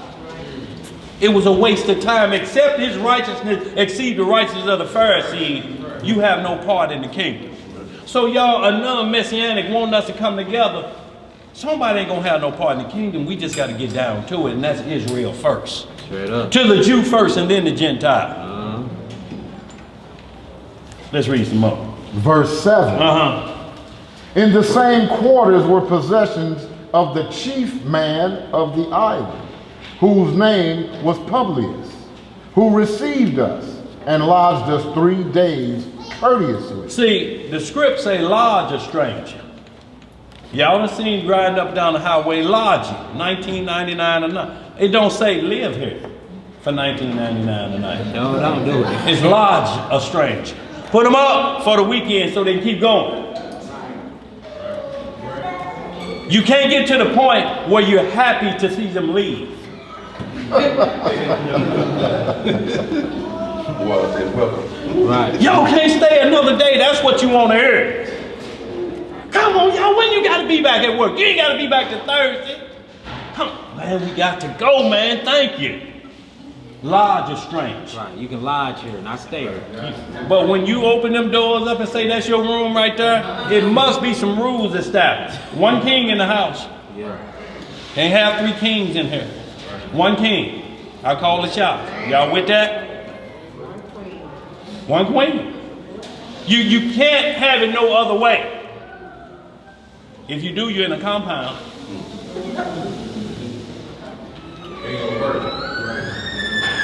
What's the matter, Boopy?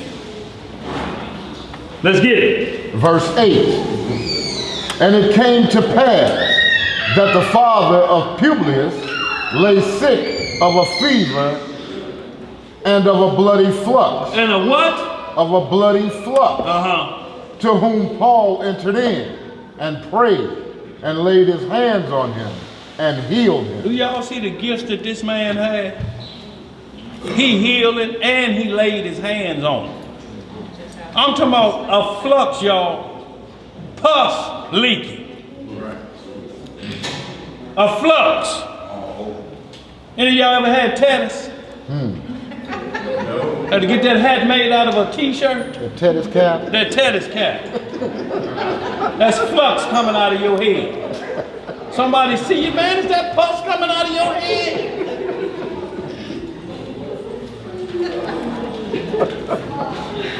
Bumps of wickedness. Bumps of wickedness. Yeah, go ahead. Verse 9. Uh-huh. So when this was done, others also, which had diseases in the island, came and were healed, who also honored us with many honors. And when we departed, they laded us with such things as were necessary. Y'all see this? This is what the power of the Spirit does for you. But see, this is a light and this is a power. This is going to be manifest in you if that Spirit is in you. These are the signs going to follow you. Y'all, so we have to understand these. The Sadducees didn't believe in the supernatural. And the Pharisees didn't either if it didn't benefit them. Yo, we're going to speed this up. What time is it now? What time we got, y'all? It's 4:25. Yeah, you might as well quit saying that. 5 minutes, okay. Y'all, we're going to wrap this on up. You might as well quit saying that, man. Well, I meant 2,098 seconds plus. Just give me this real quick. Shipwreck 34. We're going to park for y'all. We're going to hit these last 2, y'all. We out here. I want to get on the 5. I was going to get numbers 5, but I'm going to give y'all that homework for yourself.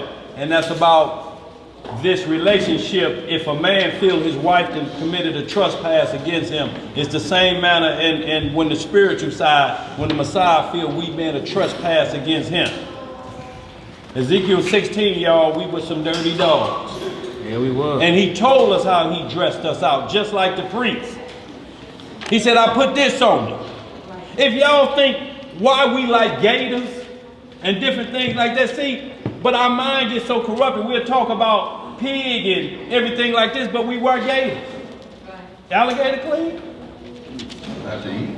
Not to eat. Thank you. Y'all understand what y'all just said? Not to eat. You can't touch his carcass for food. Why? Because guess what? Fur covers the Ark of the Covenant.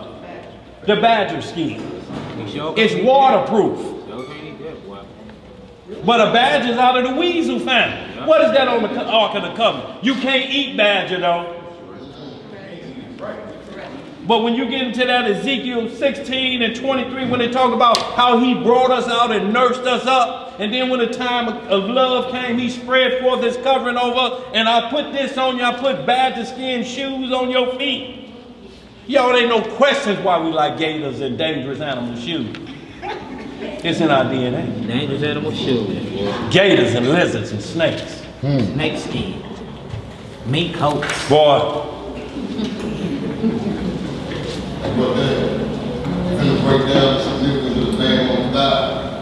Yeah, well, we get right to it right after this one. After this, Shipwreck. Shipwreck 34, verse 19. Y'all read that Numbers 5, y'all write that down, match that up with Ephesians 5:26, because both of them are talking about marriage and the problems in marriage. Back it up, Ephesians 5, on down 22, down to 26, especially, they come back together through the washing of the word. The same waters of separation you're going to read about in Numbers 5. Because if men bring up a bad accusation against a woman, no, she messed around on me, they would give her the water to drink. If her thigh didn't rock or her belly didn't swell, guess who they got on? That man's head. Oh, partner. You lying. You lying. You lying. You lying. And when priests looking at you in a stack of stones, it's right there, and they hollering, you lying. You lying.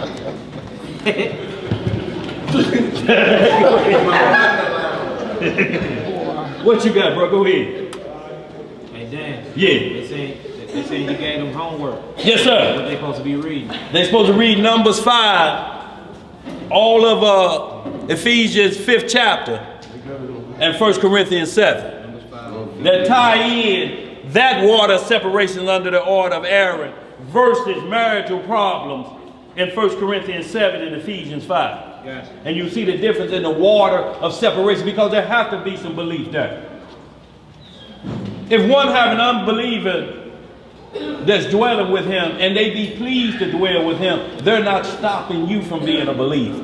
Thank you. Right. Thank you. But if that unbeliever say, I just can't take it no more.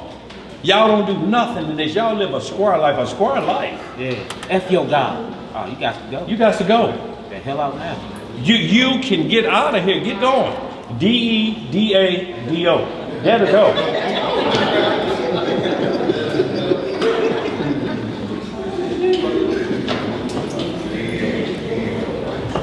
Where we at?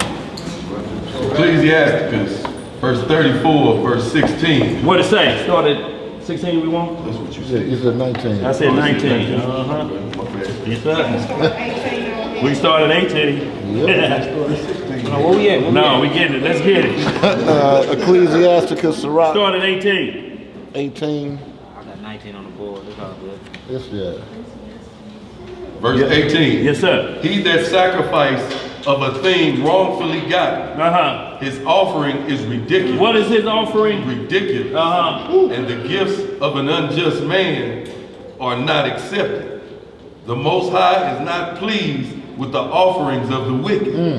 Neither is he pacified for sin by the multitude of sacrifices. You wasting your time just sacrificing it out? If you and Aaron talking about what you doing, you rocking your fringes, you ain't mentioned nothing about the Holy Spirit that calls things to remembrance. What makes you think calls you to remember to put your fringes on? Let's get started. Verse 20. Whosoever bringeth an offering of the goods of the poor does as one that killeth the son before his father's eyes. And we kind of explain that like a dope dealer in the neighborhood selling heroin and all the crack, got everybody turn out and then give out turkeys on Thanksgiving. What you doing to the poor?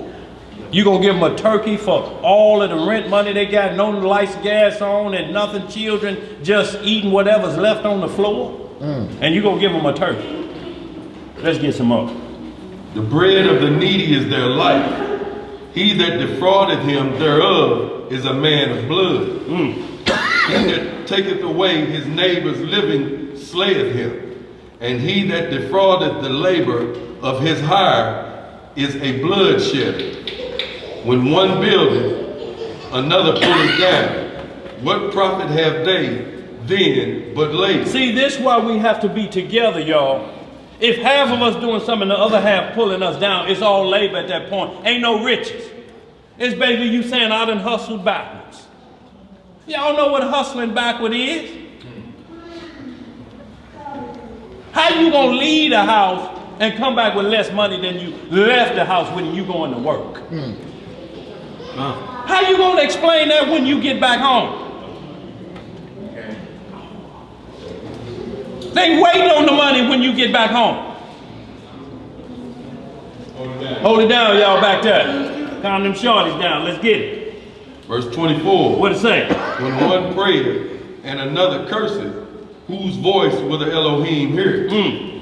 He that washeth himself after the touching of a dead body, if he touch it again, what availeth his washing? So this is the point right here.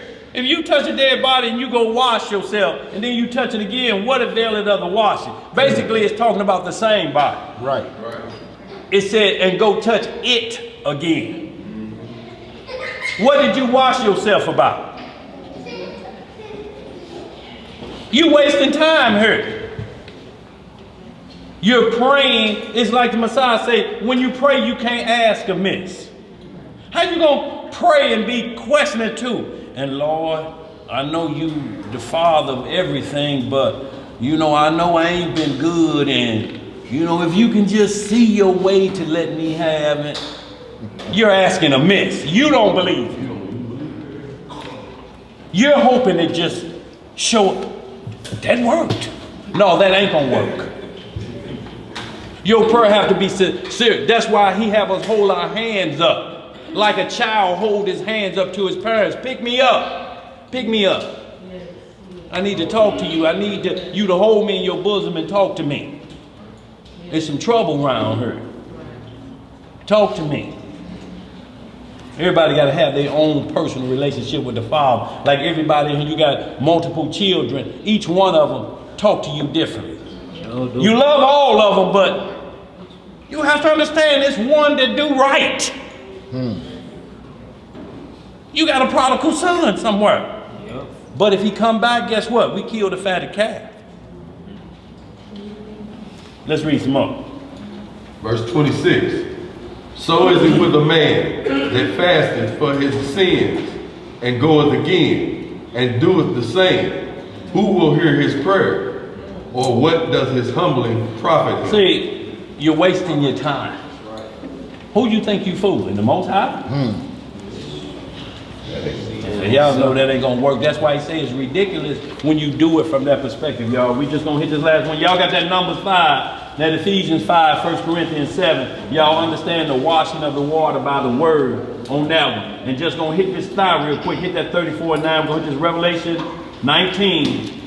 And I'm just gonna give y'all the other one of thigh oath. When you understand the thigh oath, and when you hear Proverbs 31, when Solomon's mother was telling him, don't give your strength over to a woman or different things like that, or the charge, so to speak.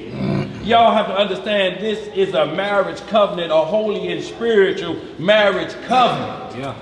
And this is what it's talking about. So when she said give your strength outside the marriage covenant, you can't let the wife get 51%. That can only be the man. Yeah.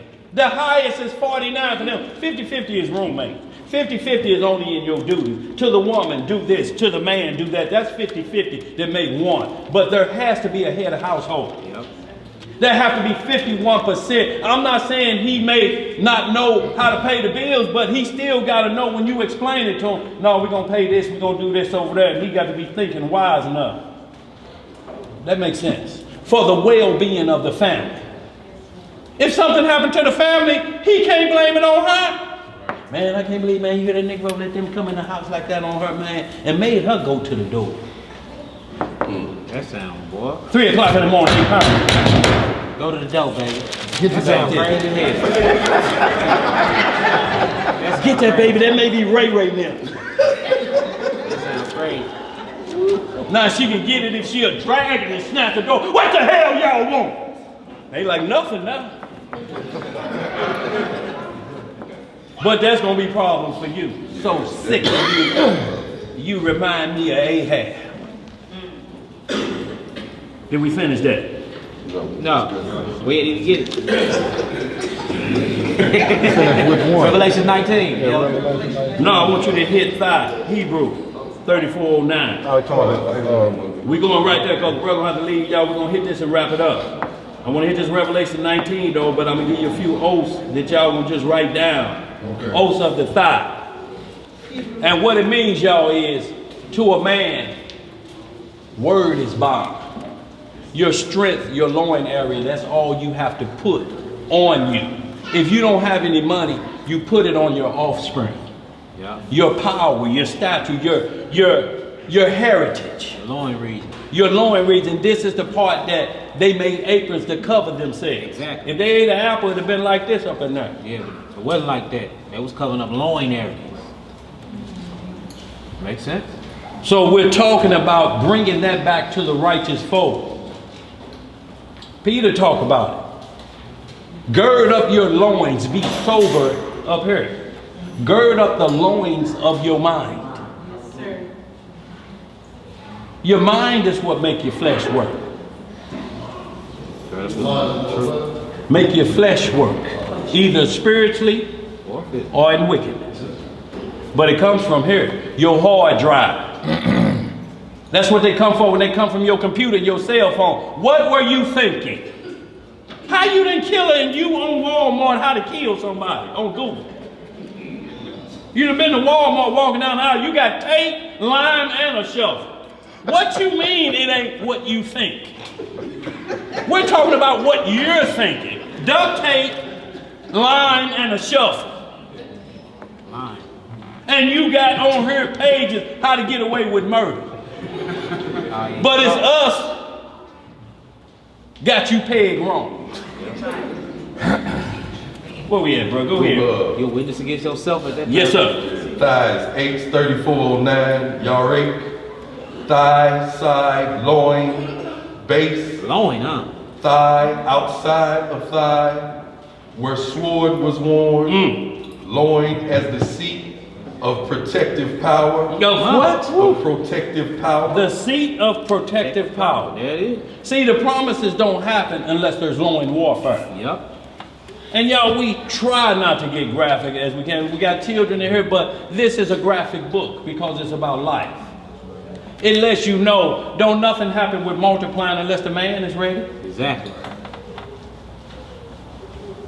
And not to say that, so I don't go off base with this, you have to understand where it's at, where the power is at. Unless we get supernatural. Right. And where things happen on the supernatural. And if you don't think it's supernatural, we got things on this earth that do it supernatural. Yeah. Y'all look up this, another homework. Parthenogenesis. Yeah. Even with the Messiah and us, for the marriage, it was a blood covenant. P-A-R. Parthenogenesis. Somebody Google that for me, make sure I'm spelling it right. I know how to spell Genesis. Parthenogenesis is the form of female or anything that the male copulates without coming together like that. And if it can happen in the animal world, what are we crying about? Did Adam have an umbilical cord? No. Did he? No. Right, so what was he born of? How you got a problem with the virgin birth and you don't with Adam being born of virgin earth? How you gonna believe that miracle, but this one you say no? And this one is correcting that one. Right. You can't believe it, no, that miracle, no. And New Testament, I'm Torah based. Let's go back to Genesis then. Let's go back to Genesis. Who was Adam's dad? Who walked Eve down the aisle to Adam? Straight up. And the angels witnessed that marriage. And that's what I'm talking about, Rob. Don't it though? But y'all look up parthenogenesis. If anybody get out there, read it for me. Look it up in the dictionary. Where we at? What you got? Go ahead. From an unused root meaning to be soft. The thigh from its fleshly softness. By euphemism, the generative parts. Figuratively, a shake. So we know just talking about the commandment. It's why in Ephesians 6:9, when we read about the arm of God, it says, gird your what with truth? Loins and truth. If you're girded there with your truth up here, this up here first, gird the loins of your mind with truth. It's going to gird them down there with truth. That's our problem, y'all. That's why we can't love our brother. Our problem is this is a thing that where we hate each other so bad because we they've taught us to look at each other like enemies. Yeah. When you learn this word, the first thing you attack is your people. Your people is your test, though. You got to be a light to who mocks you in the house before you take it to the world. You amongst Joners. At least get your training early like we did. When they saw, my father saw me, Jacob, and both. There go the 3 wise men. Like they told Malta. There go Moses, y'all. Thank you for comparing me to that. Right. You didn't say there go Alistair Crawley. Right.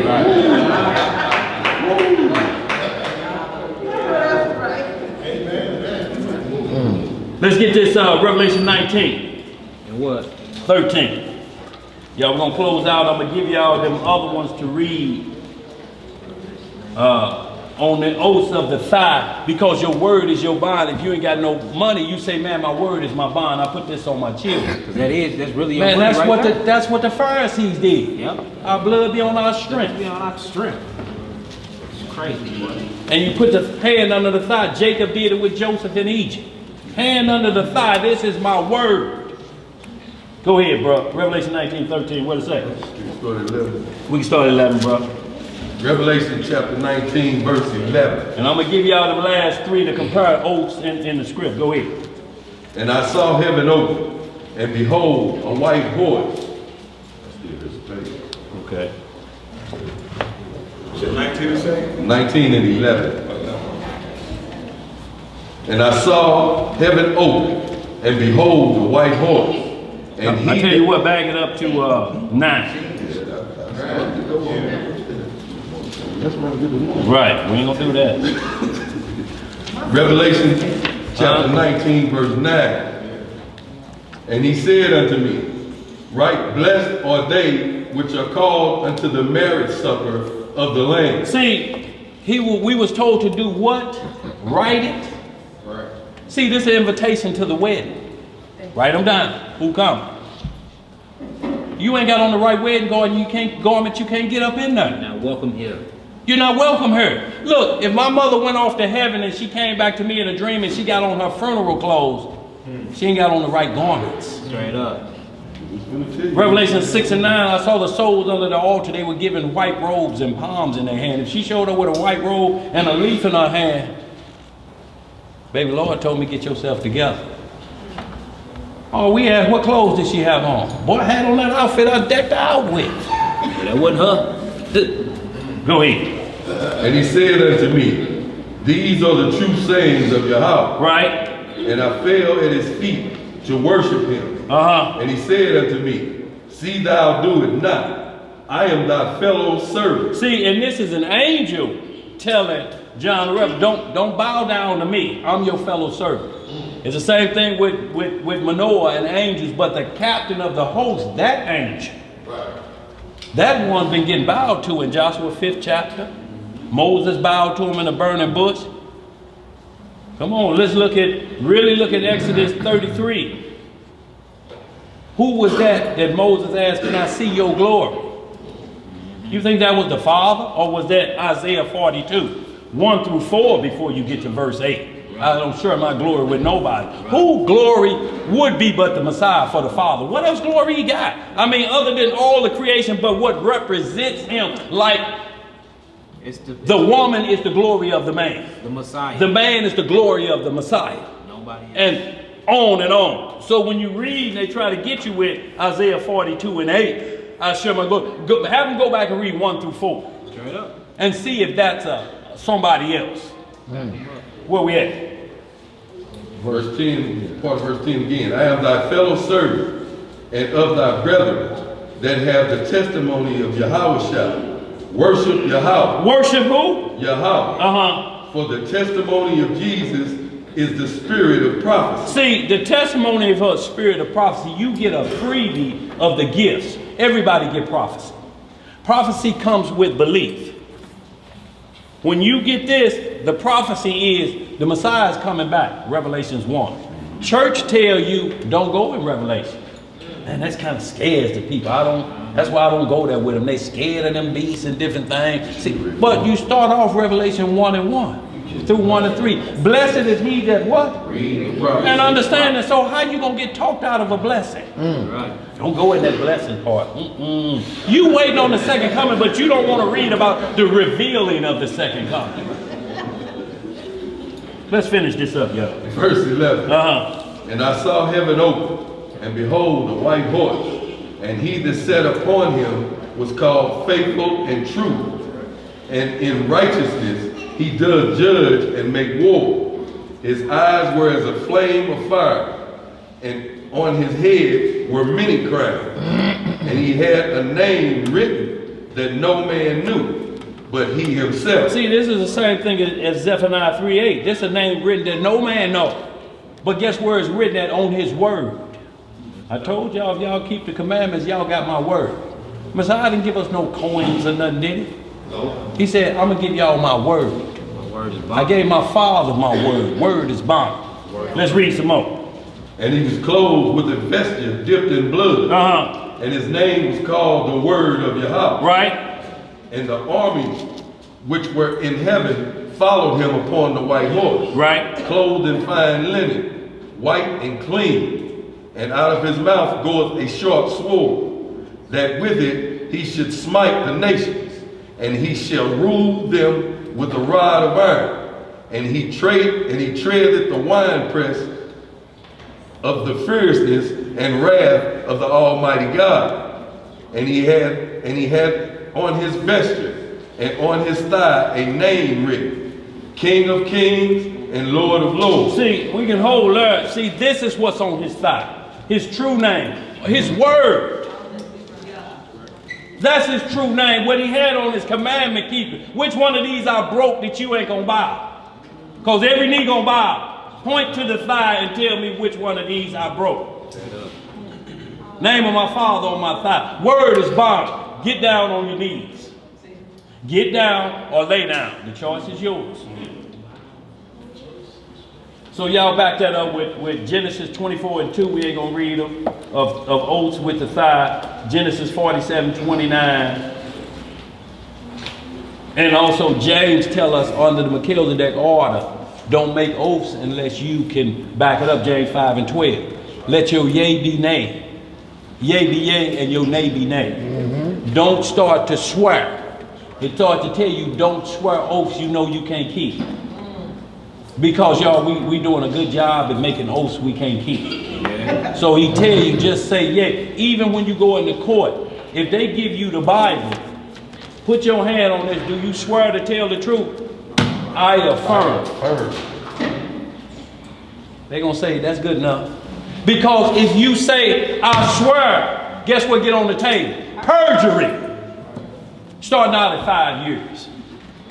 Y'all, our adversaries, the devil ain't playing with you. What? He ain't doing the Quran like this. He ain't doing the Metanetta or dead book of the dead like this and tell you to put your hand on it. And swear. We don't swear. I affirm. I'm going to tell you, affirm means to the best of my ability I can recall what's happening. But I'm not going to swear. If you swear, then they're going to put it on you. Big mama sell dope, don't she? You're under penalty of perjury. Big mama, I'm sorry. She a kingpin. But if I affirm, look, I thought it was Social Security. I can't recall that correctly. Y'all write down them scripts, y'all. We're going to get out of here. We got any announcements before we get out of here. Anybody got any questions, concerns before we get out? What you got, sis? Sister Felicia. Hold it down, y'all. Our camp photographer has put out Hold it down, y'all. letter. This was primarily for the sisters, but the brothers are welcome to it. I'm going to put it over here about the head couples. But it'll come out once a month. Fourth week, she says. So they'll be up front. Absolutely, y'all. All praise. What you got, Naomi? Y'all.